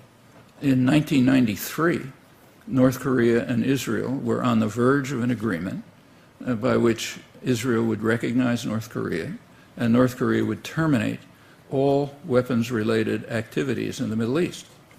Now, that would be very important for Israel's security, but the Clinton administration said no. They wouldn't let them do it. And when the Godfather speaks, you got to listen. So that agreement was never reached. And if that agreement had been reached, we would not be having any discussion about whether North Korea is doing anything in Syria or not. Well, that part of the story is knocked out. Now, it's not that it's secret. You know, if you do some research or you read the arms control literature and so on, yeah, you can find it. Actually, I've written about it too and have others. But it's certainly not the headline where it ought to be. It's not something that people know. Another small point was made by Andrew Cordesman, who's one of the leading Middle East security specialists in the United States, who suggested that maybe this whole flap is just a warning to Iran, saying, you know, we got our eyes on you. And if you do anything, or even if you don't do anything, we'll pretend that you did, and you're in trouble, you know. So yes, there's a lot to the story. But exactly what's going on, we don't know, and probably won't know until declassified documents come out someday, if they ever do. However, during the war, U.S. planners understood that the war was going to end with the U.S., the world dominant power. However, it turned out other competitors were going to destroy themselves and each other, and the U.S. would be left alone at comparable security. In fact, the U.S. gained enormously from the war. Industrial production virtually quadrupled. The war ended the Depression. The New Deal measures hadn't done so. The U.S. ended, at the end of the war, the U.S. had literally half the world's wealth, and competitors were virtually either damaged or destroyed, and incomparable security. Controlled the Western Hemisphere, controlled both oceans, controlled the opposite side of both oceans. There's just nothing remotely like it in history. And during the war, planners understood that something like that was going to turn out. It was obvious from the nature of the war. From 1939 to 1945, there were high-level meetings, regular meetings, of the State Department planners and the Council on Foreign Relations, the sort of main external non-governmental input into foreign policy. And they laid careful plans for the world that they expected to emerge. It was a world, they said, in which the United States will hold unquestioned power and will ensure the limitation of any exercise of sovereignty by states that might interfere with U.S. global designs. Incidentally, I'm not quoting neocons. You know, I'm quoting the Roosevelt administration, the peak of American liberalism. They called for what they called an integrated policy to achieve military and economic supremacy for the United States and bar any exercise of sovereignty by anyone who would interfere with it. And they would do this in a region that they called the Grand Area. Well, in the early part of the war, 1939 to 1943, the Grand Area was defined as the Western Hemisphere routinely, the former British Empire, which the U.S. would take over, and the Far East. That would be the Grand Area. They assumed at the time that there would be a German-led world, the rest. So it would be a non-German world, that's us, and a German world.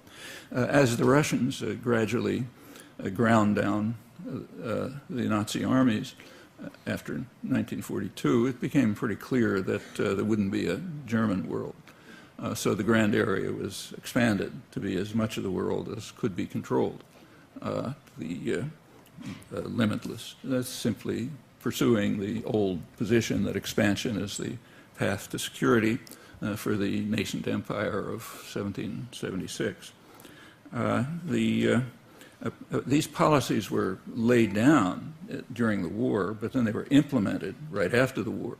In fact, now that we have available in the declassified record the planning documents of the late 1940s, it turns out they're not very surprisingly very similar to the wartime planning. One of the leading figures was George Kennan, who was head of the State Department policy planning staff. He wrote one of his many important papers in 1948, PPS 23 if you want to look it up, noted that the United States has half the world's wealth but only 6% of its population, and our primary goal in foreign policy must be, as he put it, to maintain this disparity. And in order to do so, we must put aside all vague and idealistic slogans about democracy and human rights. Those are for public propaganda and colleges and so on. But we must put those aside and keep to pure power concepts. There's going to be no other way to maintain the disparity. And then in the same paper and elsewhere, he and his staff went through the world, assigned to each part of the world what would be what they called its function within this global system in which the U.S. would have unchallenged power, unquestioned power. So Latin America and the Middle East obviously would provide the energy resources that we would control, gradually pushing out Britain, throwing out France immediately, and pushing out Britain slowly over the years, and turning it into essentially a junior partner, as the British Foreign Office ruefully described their role at that time. Latin America we simply control. It's our little region over here, which has never bothered anyone, as Secretary of War Stimson said, while the U.S. was violating the principles it was establishing by setting up a regional organization in violation of the UN Charter and so on. So Latin America we keep, Middle East we control. Southeast Asia would be, its function was to provide resources and raw materials to the former colonial powers. Meanwhile, we would purchase them too. That would send dollars there, which the colonial powers would take, not the population. And they could use those to Britain, France, Netherlands could use the dollars to purchase U.S. manufacturers.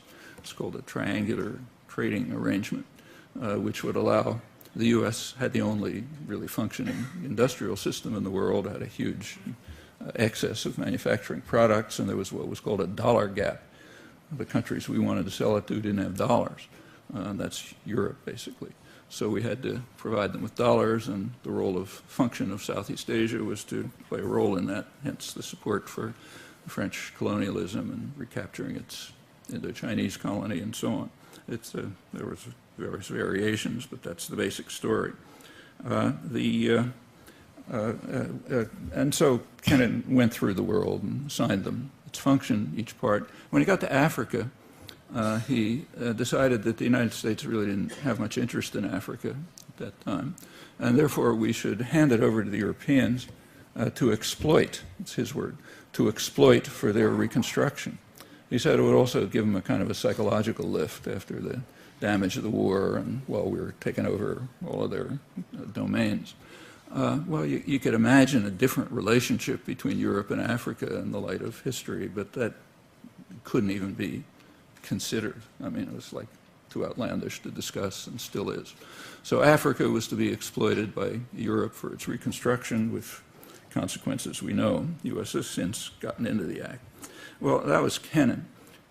He was removed from office soon after because he was considered too soft-hearted, not up to dealing with this harsh world, and he was replaced with real tough guys, Dean Acheson, Paul Nitze, and others, and there's no time to go through it, but if you ever want an education on hysterical jingoist fanaticism, you really should read their documents.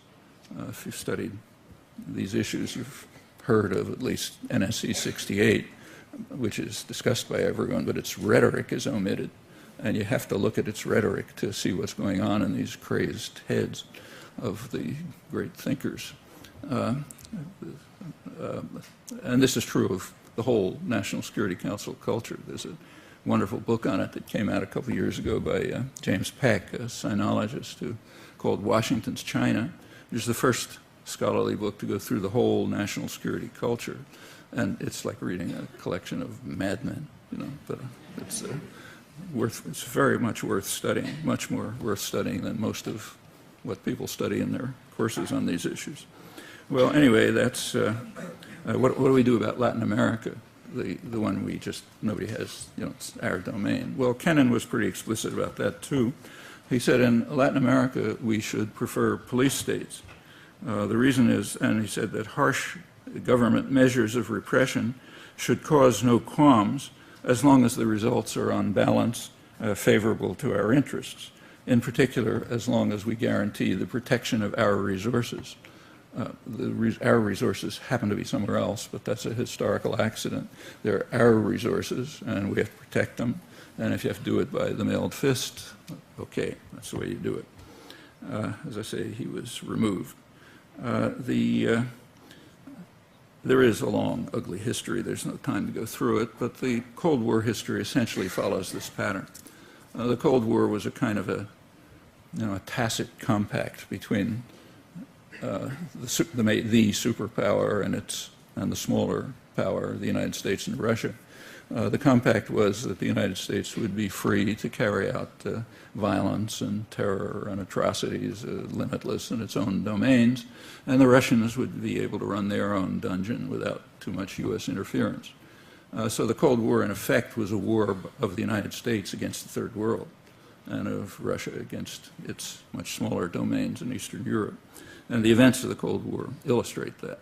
Each great power used the other's threats as a pretext for repression and violence and destruction. The United States way more than Russia, if you look at the record, reflecting their relative power. But that's essentially the picture. You can see in fact, for the United States, the war was basically a war against, the Cold War was a war of, basically a war against independent nationalism in the Third World, what was called radical nationalism. Radical means doesn't follow orders. So this constant struggle against radical nationalism, in particular, a leading thesis all the way through is that even the smallest place, if it becomes independent, is a serious danger. It's what Henry Kissinger called a virus that might infect others, like even a tiny place, Grenada or something. If it has successful independent development, others might get the idea that we can follow. The rot will spread, as Atchison put it, so you got to stamp it out right at the source. It's not a novel idea. Any mafia don will explain it to you. The Godfather does not tolerate it when some small storekeeper doesn't pay protection money. Not that he needs the money, but it's kind of like a bad idea. Others may get the idea. And in particular, small, weak countries we have to crush them with particular violence so that others, because there it's easy, nobody can stop you, and others get the point. That's a large part of international affairs, right to the present. Well, to learn about what the Cold War was about, the obvious place to look is what happened when it ended. Okay, so November 1989, the Berlin Wall fell, Soviet Union soon collapsed. So what did the United States do? How did it react?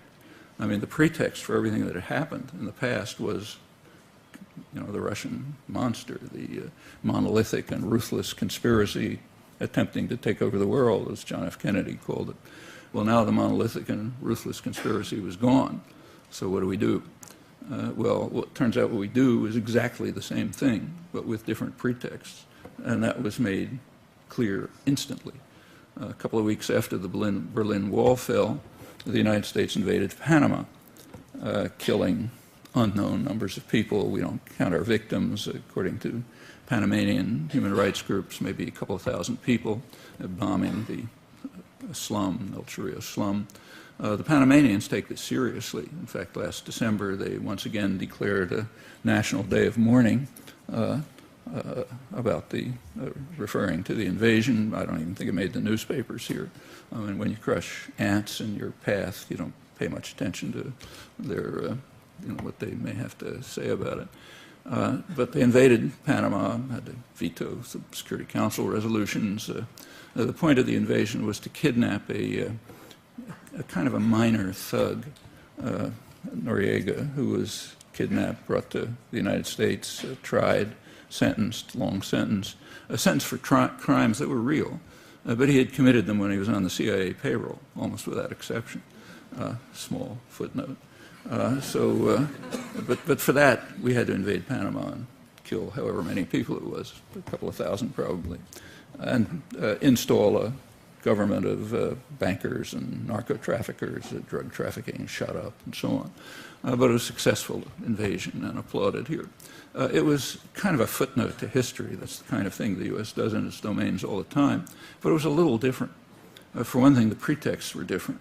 This time it wasn't we were defending ourselves against the Russians.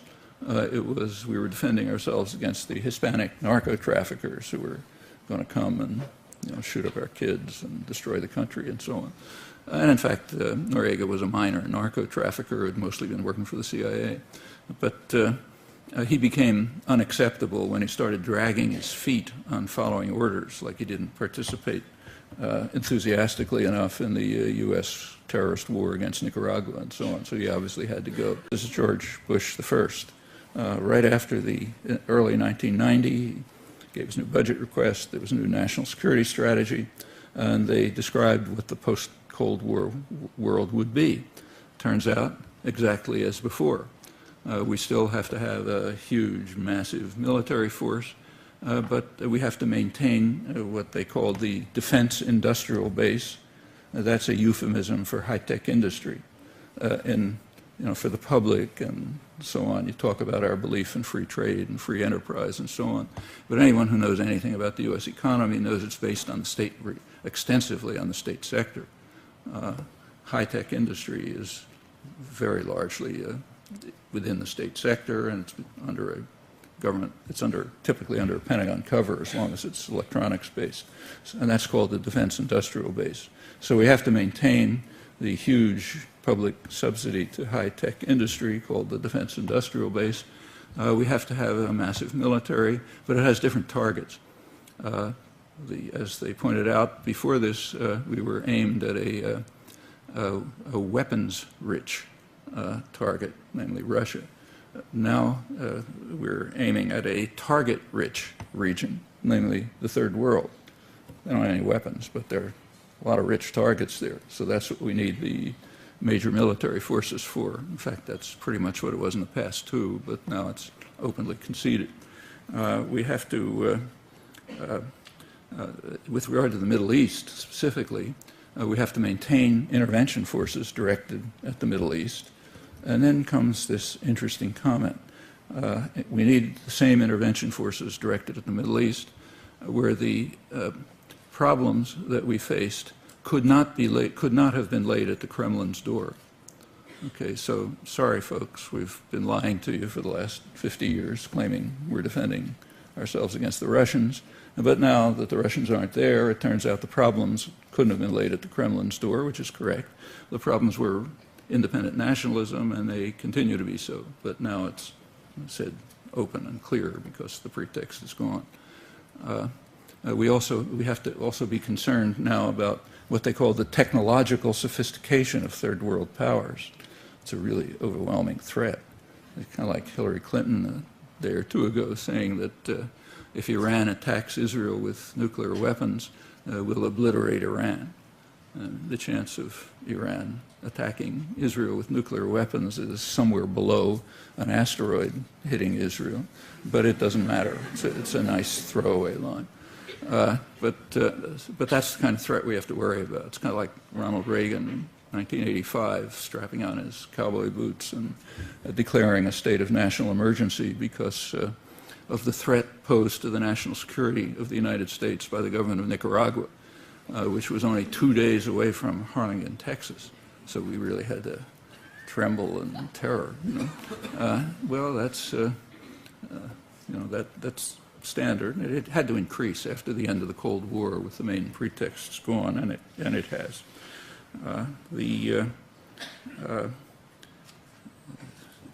This is all consistent with a conception of aggression that has developed through the period and right up till today. It's very lively today. Aggression has a meaning, but that meaning doesn't apply to us. By U.S. leaders, aggression means resistance. So anyone who resists the United States is guilty of aggression. And that makes sense if we own the world, so any act of resistance is aggression against us. So when the U.S. invaded South Vietnam in the early 1960s under Kennedy, Kennedy said we're defending ourselves against what he called the assault from within. And the leading liberal light, Adlai Stevenson, described it as internal aggression. So internal aggression by South Vietnamese against us, and of course we're there by right because we own the world. And that continues right to the present. So let's skip a lot of time because nothing much changed and come right up till today. So the big problem of the Middle East now, read the Washington Post a couple days ago, is the growing aggressiveness of Iran. That's what's causing the problems of the Middle East. Well, aggression has a meaning. It means sending your armed forces into the territory of some other state. When the latest case of Iranian aggression was a couple of centuries ago, unless we count Iranian aggression that was carried out under the Shah, which we approved of, the tyrant who we imposed, conquered a couple of Arab islands, but that was okay. But nevertheless, we have to defend ourselves against Iranian aggression in Iraq, in Lebanon, and in Gaza, where Iran is carrying out aggression, meaning people there are doing things we don't like, and Russia isn't around, so we'll blame it on Iran. That's aggression. And there's a lot of discussion about aggression inside Iraq, carried out by the renegade cleric, Muqtada al-Sadr. If you read the press, you might get the idea that Muqtada's first name is renegade. It's hardly a phrase, a reference to him that doesn't talk about the renegade Muqtada al-Sadr. Why is he a renegade? Well, he opposes the U.S. invasion of his country. Okay, that makes him a renegade, or a radical, obviously. And that's routine. Nobody questions that. It's kind of like reflexive description. Condoleezza Rice was asked a little while ago in a TV interview, how could we end the war in Iraq? And she said it's a very easy way to end the war. She said it's quite obvious. Stop the flow of arms to foreign fighters. Stop the flow of foreign fighters across the border. That'll end the war in Iraq. Well, if somebody was looking at this who hadn't been adequately brainwashed by a good Western education, they would collapse in ridicule. I mean, yes, there are foreign fighters in Iraq and plenty of foreign arms in there, namely from the country that invaded Iraq.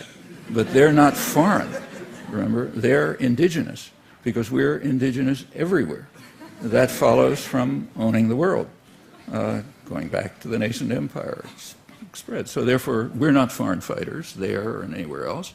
We're indigenous, and it's the foreign fighters who have to be stopped.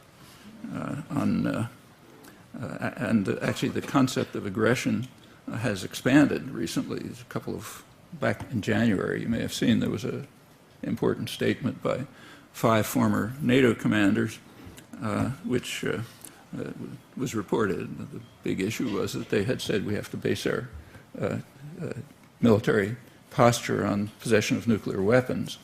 But it's nothing new. It's always been true. It was strongly advocated by the Clinton administration, but in much stronger terms, in fact. But that was what was reported. However, what was interesting was, and the one thing that was new, was their expansion of the concept acts of war. They said acts of war against which we must defend ourselves by the use of nuclear weapons, if necessary, is using weapons of finance. Okay, so if a country uses weapons of finance against us, that's an act of war, and we have to be ready to use nuclear weapons if necessary.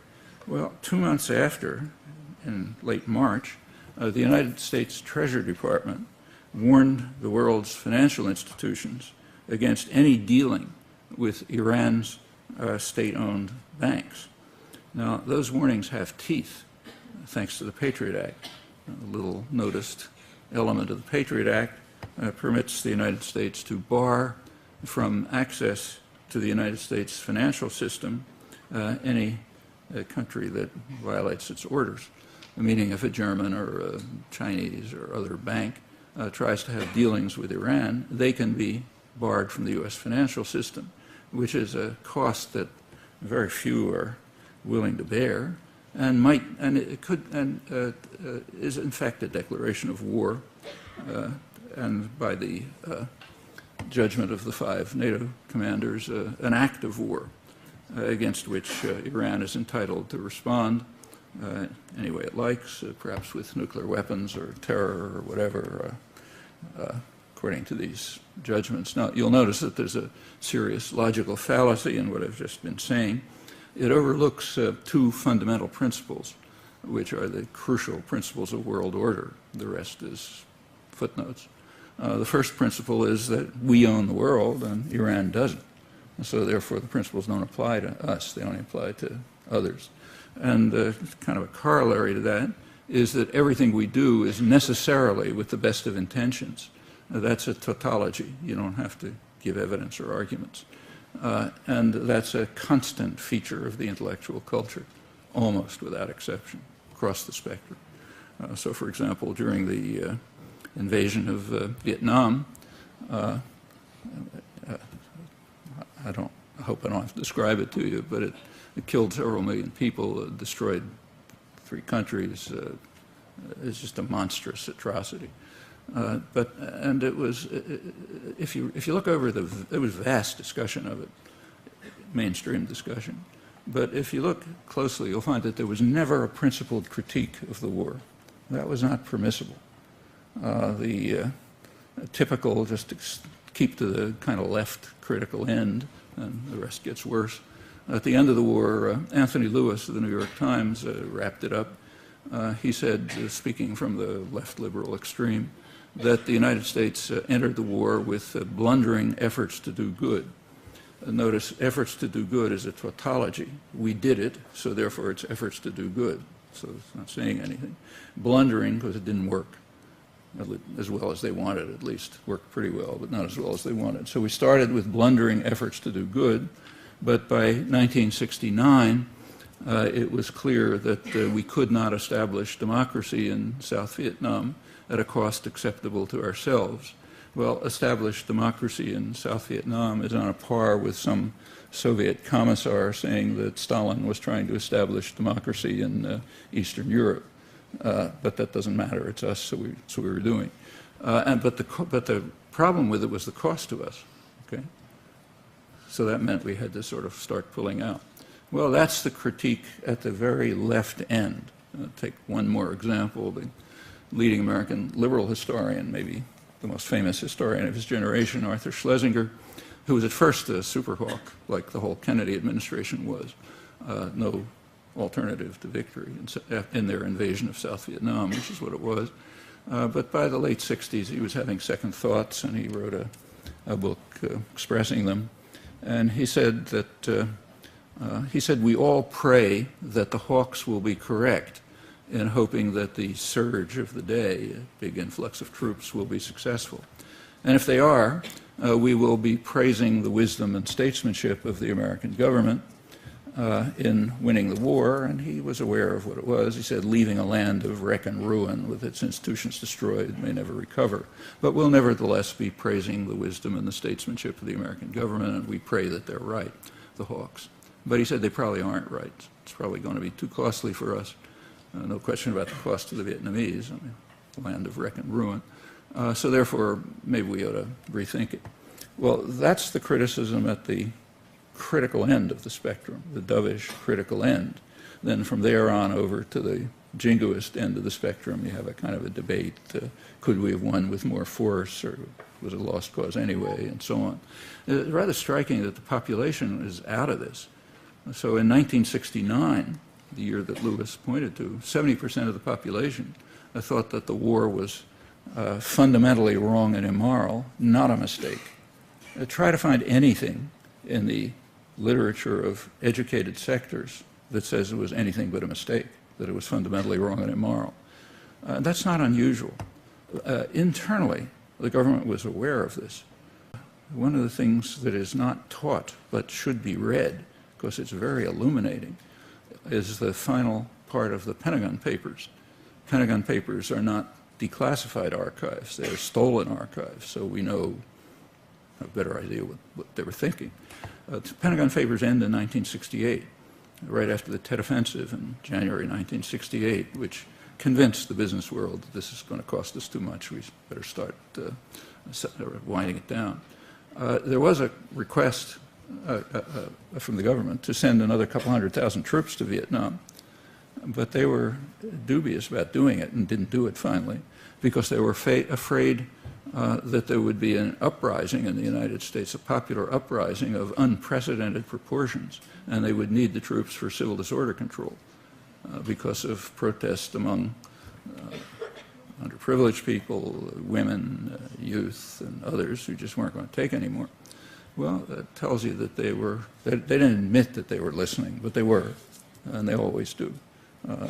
They needed the troops for control, and they sort of slowly started backing off. Notice that you can take the rhetoric about the Vietnam War and translate it almost verbatim into discussion of the Iraq War. There is no principled critique within the mainstream. And nobody can, by principled critique, I mean the kind of critique that we would carry out reflexively and do when somebody else commits aggression. Say when the Russians invade Czechoslovakia or Afghanistan or Chechnya, we don't ask, is it too costly? In fact, it wasn't costly at all. It practically killed nobody in Czechoslovakia, Chechnya, after reducing the place to ruin. Apparently it's functioning pretty well. In fact, according to Western correspondents, if David Petraeus could achieve anything in Iraq like what Putin achieved in Chechnya, he'd probably be crowned king or something like that. But nevertheless, we condemn it rightly. Doesn't matter whether it worked or not, or whether it was costly to them or not. Or when Saddam Hussein invaded Kuwait, killing probably a fraction of the number of people that Bush killed a couple of months earlier when he invaded Panama. But we nevertheless denounce it as aggression. No, that's a principled objection. But when we carry out aggression, it's inconceivable. And that goes back to the principles that I mentioned. We own the world, and everything we do is, by definition, good in intention. So the worst that it can be is what Barack Obama calls a strategic blunder, or what Hillary Clinton calls getting into a civil war which we can't win. In fact, Iraqis overwhelmingly blame the civil war on us, but that's irrelevant too. That's the level of critique, and it follows from from the principles that I mentioned, and it governs news coverage too. In fact, pretty openly. Here's John Burns, who's the dean of correspondence, most senior, most respected correspondent in Iraq after a long career. He says that the United States is the prominent economic, political, and military power in the world, and has been the greatest force for stability in the world, certainly since World War II. It would be a dark day if the outcome in Iraq were to destroy the credibility of American power, to destroy America's willingness to use its power in the world to achieve good, to fight back against totalitarianism, authoritarianism, gross human rights abuses. Okay, in other words, that's the framework of reporting. Reporting must be cheering for the home team. Nothing else is conceivable because of the depth of these principles which are instilled into people in the educational system and propaganda. You can't see the world in any other terms. So it's neutral, objective reporting to say we're cheering for the home team. And it's quite open. It's interesting that he said it so clearly, but he says that's particularly true, he says, in the Middle East. Notice it makes not the slightest difference what the people of the world or the Middle East think. That's not relevant. Or for that matter, what the people in the United States think.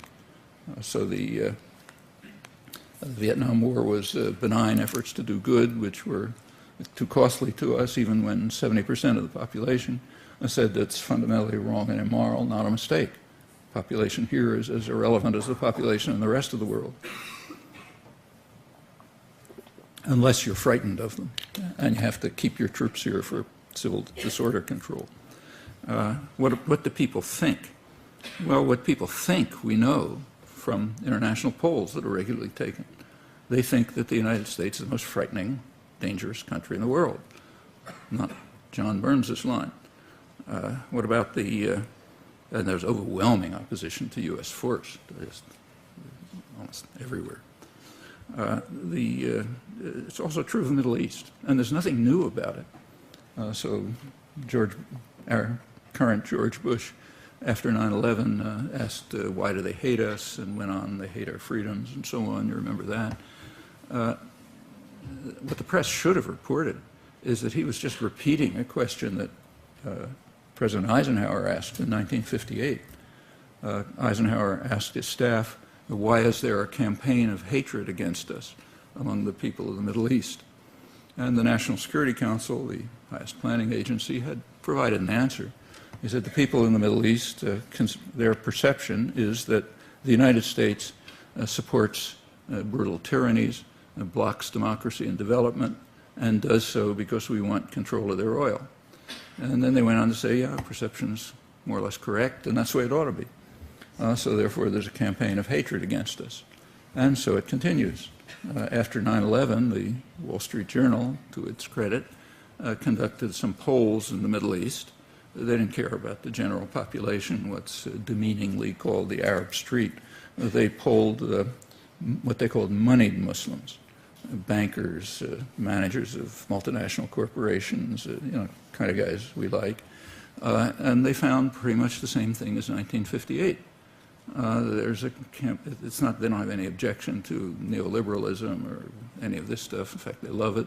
But they condemn the United States for supporting harsh, tyrannical regimes, which it does, and opposing democracy and development, which it does, because we want to control their energy resources. By 2001, they had other objections, namely Israel's U.S.-backed vicious repression and dispossession of Palestinians, which is ongoing, and also the sanctions against Iraq. The sanctions against Iraq didn't get much play here because we don't pay attention to our crimes. That's crucial. That's part of the principle that everything we do is good. But they do pay attention. And in fact, we know a lot about them, or we can if we want to. There were two directors of the Oil for Food program, supposedly the humanitarian part of the sanctions. Both of them resigned because they regarded the sanctions as genocidal, carrying out a huge massacre of the population. The Clinton administration would not permit them to transmit their information to the Security Council, which was technically responsible.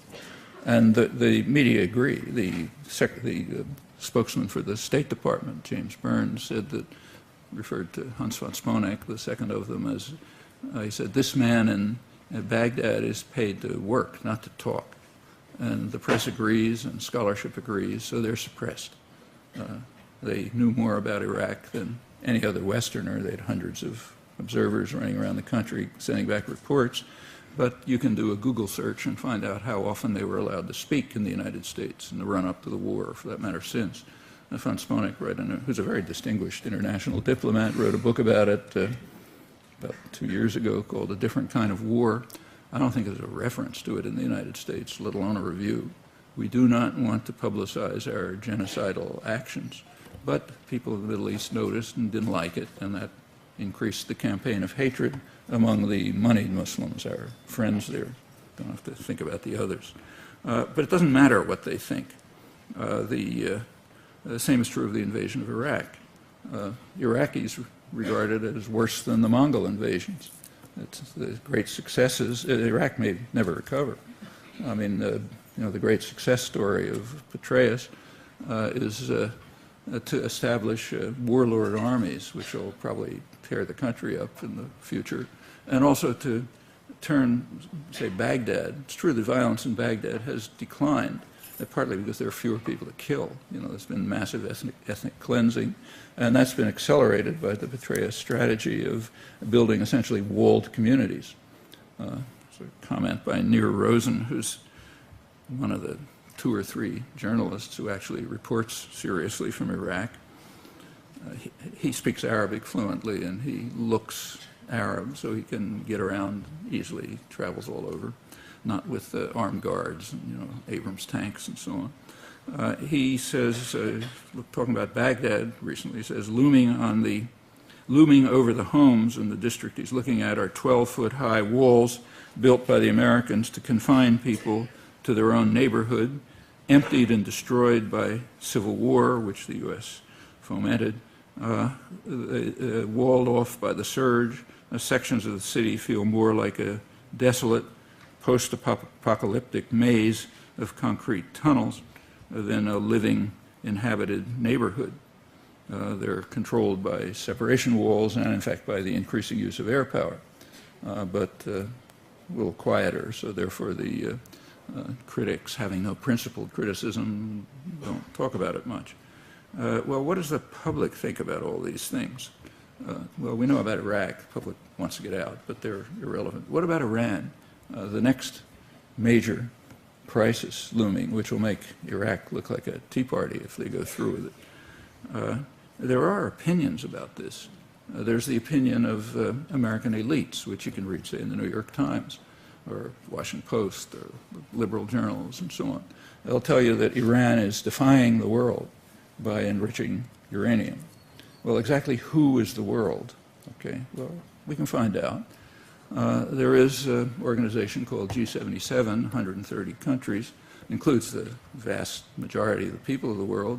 They vigorously support Iran's right to all the rights guaranteed by the Non-Proliferation Treaty, including enriching uranium for nuclear power. So they're not part of the world, okay? Now, what about the American population? An overwhelming majority of the American population agrees with G77, namely that Iran should have the right to produce nuclear energy, but not nuclear weapons. So the American population is not part of the world. So non-aligned countries are not part of the world. American population is not part of the world. Obviously, Iranians are not part of the world. So who's left? Well, the world consists of people who follow Washington's orders. You can't say it includes the United States, because the overwhelming majority of Americans are not part of the world. They oppose this, just as on many other issues. And that goes on without comment, correctly if we're cheerleaders for the home team. And that's the framework for discussion. Is there a solution to the crisis with Iran, which is extremely serious? If the U.S. goes through with its plans, apparent plans, like I said, it might make Iraq look like a tea party. Well, there are solutions, potential solutions. One of them is what I just said, that Iran should have the rights of any signer of the Non-Proliferation Treaty. Israel, Pakistan, and India also ought to have those rights if they sign the treaty. Since they haven't done it, they don't have those rights. But of course, they're doing it because we say it's okay. But that's the opinion of the large majority of Americans. And this same large majority, this runs around 75%, says that a nuclear weapons-free zone should be established in the region, including Iran, Israel, American forces deployed there, and so on. Well, that would end the crisis. Is that possible? Well, it's supported by the large majority of Americans, but as I mentioned, they're not part of the world. It's Iran's official policy, but they're not part of the world. The U.S. and Britain are formally committed to it, in fact, more so than any other powers, for a very simple reason, which we would read about if we had a free press. When the United States and Britain went to war with Iraq and tried to find a thin legal cover for it, they appealed to UN Security Council Resolution 687, 1991, which ordered Iraq to get rid of its weapons of mass destruction. And as you remember, Britain and the United States claimed they hadn't lived up to it. Well, you're all literate. You can read Resolution 687. It commits the United States and Britain to work to establish a nuclear-free weapon zone in the Middle East. Okay, so if you can appeal to it as a justification for aggression, you're compelled to follow its provisions. But to point that out would be really to break the rules. And you can, again, do a Google search and see if you can find anyone even near the mainstream who's ever bothered to point this out. Another way to move towards a solution would be to end the threats against Iran. The threats, if anyone cares, are a violation of the UN Charter, but for outlaw states, that's irrelevant. Again, the large majority of the American population thinks we should end the threats and move to normal diplomatic relations with Iran. Well, if these steps were taken, the crisis would essentially be over. So we can ask, who's defying the world? If the world includes its people, including the American people. And the answer is very simple and straightforward. Those who are defying the world are the ones in power in Washington and in London and in the editorial offices and the university faculties and so on. They're defying the world, but not Iran, not on these issues. And in fact, it's a serious matter because it could lead to total disaster. And the same is true on other issues. So the other major live issue in the Middle East is Israel-Palestine. Well, what does the world think about this? There is an international consensus supported by about 2/3 of the American population, supported by former non-aligned countries, supported by the Arab world, formally at least supported by Europe, obviously Latin America. In fact, everyone. Iran supports it, Hamas supports it. It's for a two-state settlement on the international borders with, meaning pre-June 67 borders with minor modifications. Who opposes that? Well, for the last 30 years, the United States has opposed it, and it continues to oppose it. And Israel, of course, opposes it, though if the U.S. would support it, Israel would necessarily go along. So the problem is right in Washington. This begins in 1976, when the U.S. vetoed the first Security Council resolution calling for a settlement in these terms. It was introduced by the Arab states, backed by the PLO. Actually, it even goes back earlier to 1971, when President Sadat of Egypt offered Israel a full peace treaty in return for withdrawal from occupied territories. What he cared about was withdrawal from the Sinai, where Israel was kicking out thousands of peasants and settling. Israel, he didn't say anything about the Palestinians. They were not an issue at the time. Israel recognized it as a genuine peace offer and decided to reject it. They made a fateful decision, preferring expansion to security.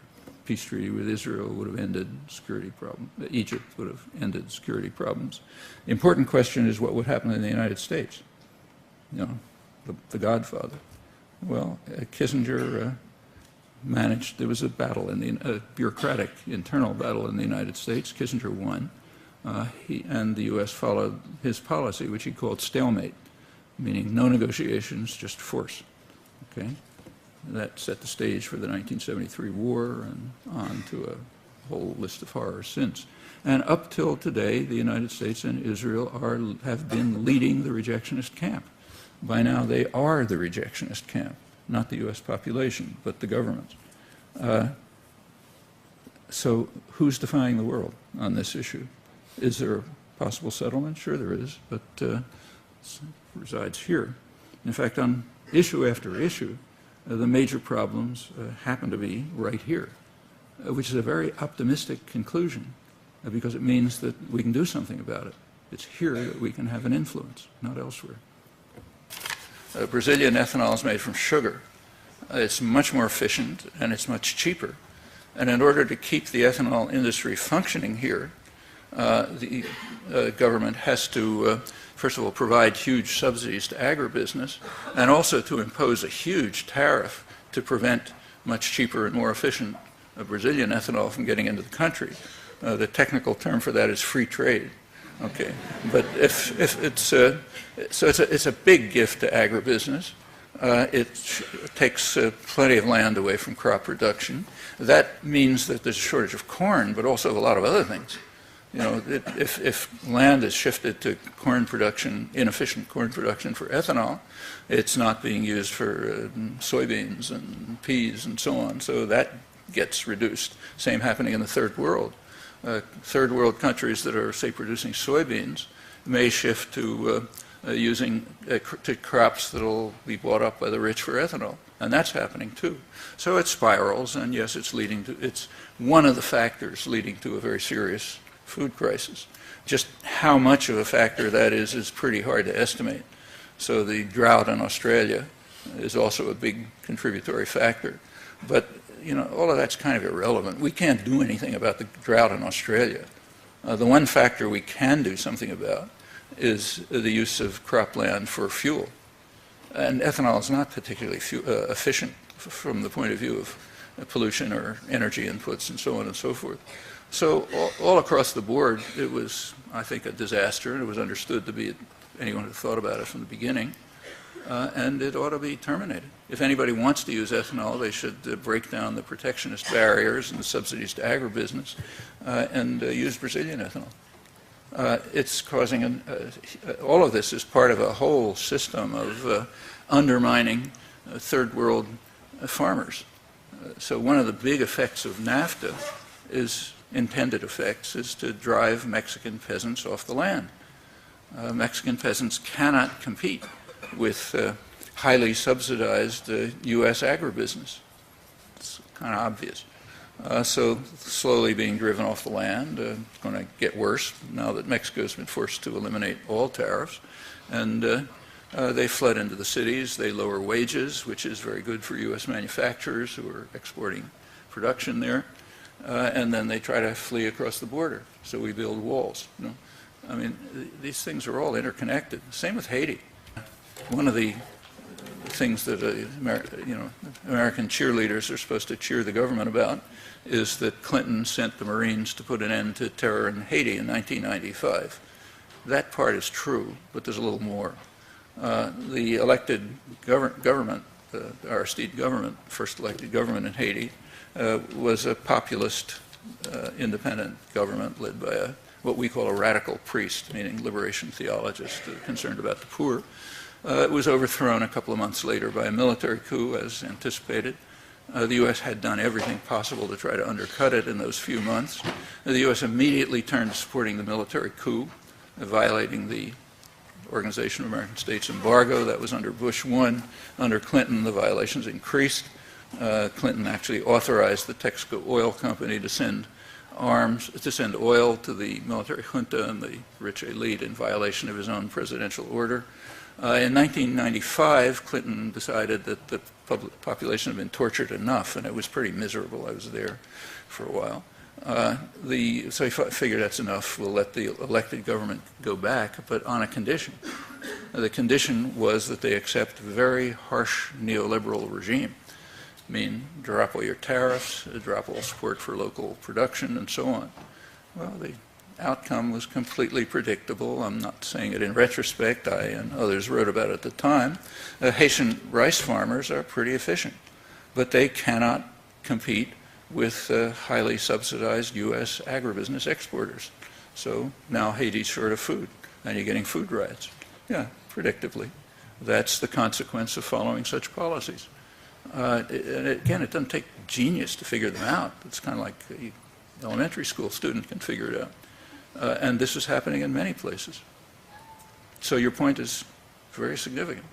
There is a major food crisis, and we're not helping. You're right that the war in Iraq is restrained by comparative standards. Killed 100,000 people, maybe over 1 million, may have destroyed the country forever. It's worse than the Mongol invasions and so on. Yeah, but that's restrained. For example, it's nothing like the attack on Vietnam. I'm not even close. The Iraq War has never reached the scale of Vietnam in about 1965. You know, at that time there was no protest. And there are a couple of reasons for that. One reason is that the American population is much more strongly opposed to aggression than it was in the 1960s. That's part of the civilizing effect of the activism of the 60s. It had a big effect on the population, on all kind of things. Support for civil rights, for women's rights, the environmental movement, you know, all the kinds of things I was quoting about the American Indians. Those were standard attitudes in the 60s, not even questioned. The kind of things that kids were reading in school texts, say my own children in the late 60s, you couldn't find in the most backward, crazed part of the country today. It wouldn't be permissible. All of this is a civilizing effect. That's why the 60s are constantly condemned as the time of troubles, you know, kids going crazy and so on. They committed a crime. They civilized the country. And one of the forms of civilization was opposition to aggression. So contrary to what is commonly said, protest against the Iraq War is far beyond protest against the Vietnam War at any comparable stage. At this stage of the Vietnam War, there was no talk about withdrawal. In fact, the first book on withdrawal was written by Howard Zinn, who you know, and it was, I think, 1967. That's a time when there was 500,000 American troops there. The countries had been torn to shreds, extended to the, and that could barely be mentioned because it was so far out. Actually, he asked me to write a review of it, which I did in Ramparts, because nobody would mention it. Well, now, at a much lower stage of aggression in Iraq, everyone has to say something about withdrawal. Maybe they don't mean it, but they have to say something. That's a big change. So one reason why it's restrained by comparative standards is there's just way more opposition. I mean, after all, the Iraq War is the first war in the history of Western imperialism that was massively protested before it was officially inaugurated. And that's never happened before, not that I can think of. So that's one factor. But there's another more important factor. Vietnam didn't matter much to the United States. I mean, if the country was wiped off the map, the U.S. didn't care. I mean, Eisenhower tried to build up some support for his early stage of the war by talking about tin and rubber and so on, but that was a joke. I mean, Vietnam had no resources of significance to the United States. The concern about Vietnam was what I mentioned, the virus infection theory. There was deep concern that successful independent development in Vietnam might spur others to take on the same efforts. The rot might spread to Thailand, maybe to Indonesia, maybe even to Japan, which was called the super domino by John Dower, a leading Japan historian. Japan might have to accommodate to an independent Southeast Asia. That would have meant the United States had lost the Pacific War, which they weren't prepared to do in 1950. So there was a concern about Vietnam, but it had nothing to do with its resources. And in fact, the concern was overcome just by wiping the place out. So the U.S. basically won the war in the 1970s. Didn't achieve its maximal objectives, but it did satisfy its basic war aims. You can't destroy Iraq. It's far too valuable. I mean, Iraq has probably the second largest energy resources in the world. They're very cheap and easily available. It's not like Alberta tar sands. You stick a pipe in the sand and the oil gushes out. And it's right at the heart of the major energy producing section of the world. That's a valuable asset, not like Vietnam. So yes, there's got to be a limit on the destructiveness. You can't destroy an asset that you want to maintain. And the U.S. does want to maintain it. Today it happens that I just took a look at the morning newspaper. Christian Science Monitor has a front page article on the opening of what's called the U.S. Embassy in Baghdad.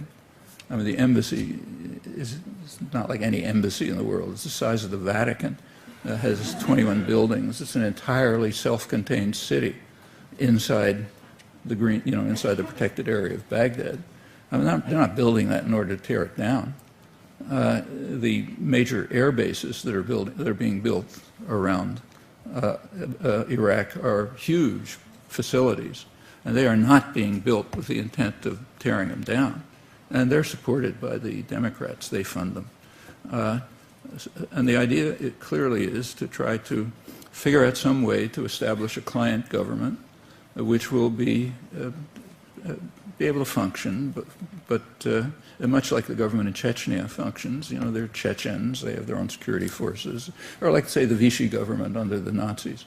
It was a French government, French security forces, French police, French officials, and so on. The Germans sort of hanging around in the background. Actually, it's pretty much the way the Russians ran most of Eastern Europe. It was Czech troops, Polish troops, and so on and so forth. So try to set up something like that, the traditional imperial structure, but making sure that it's a base for U.S. power and that the U.S. controls it.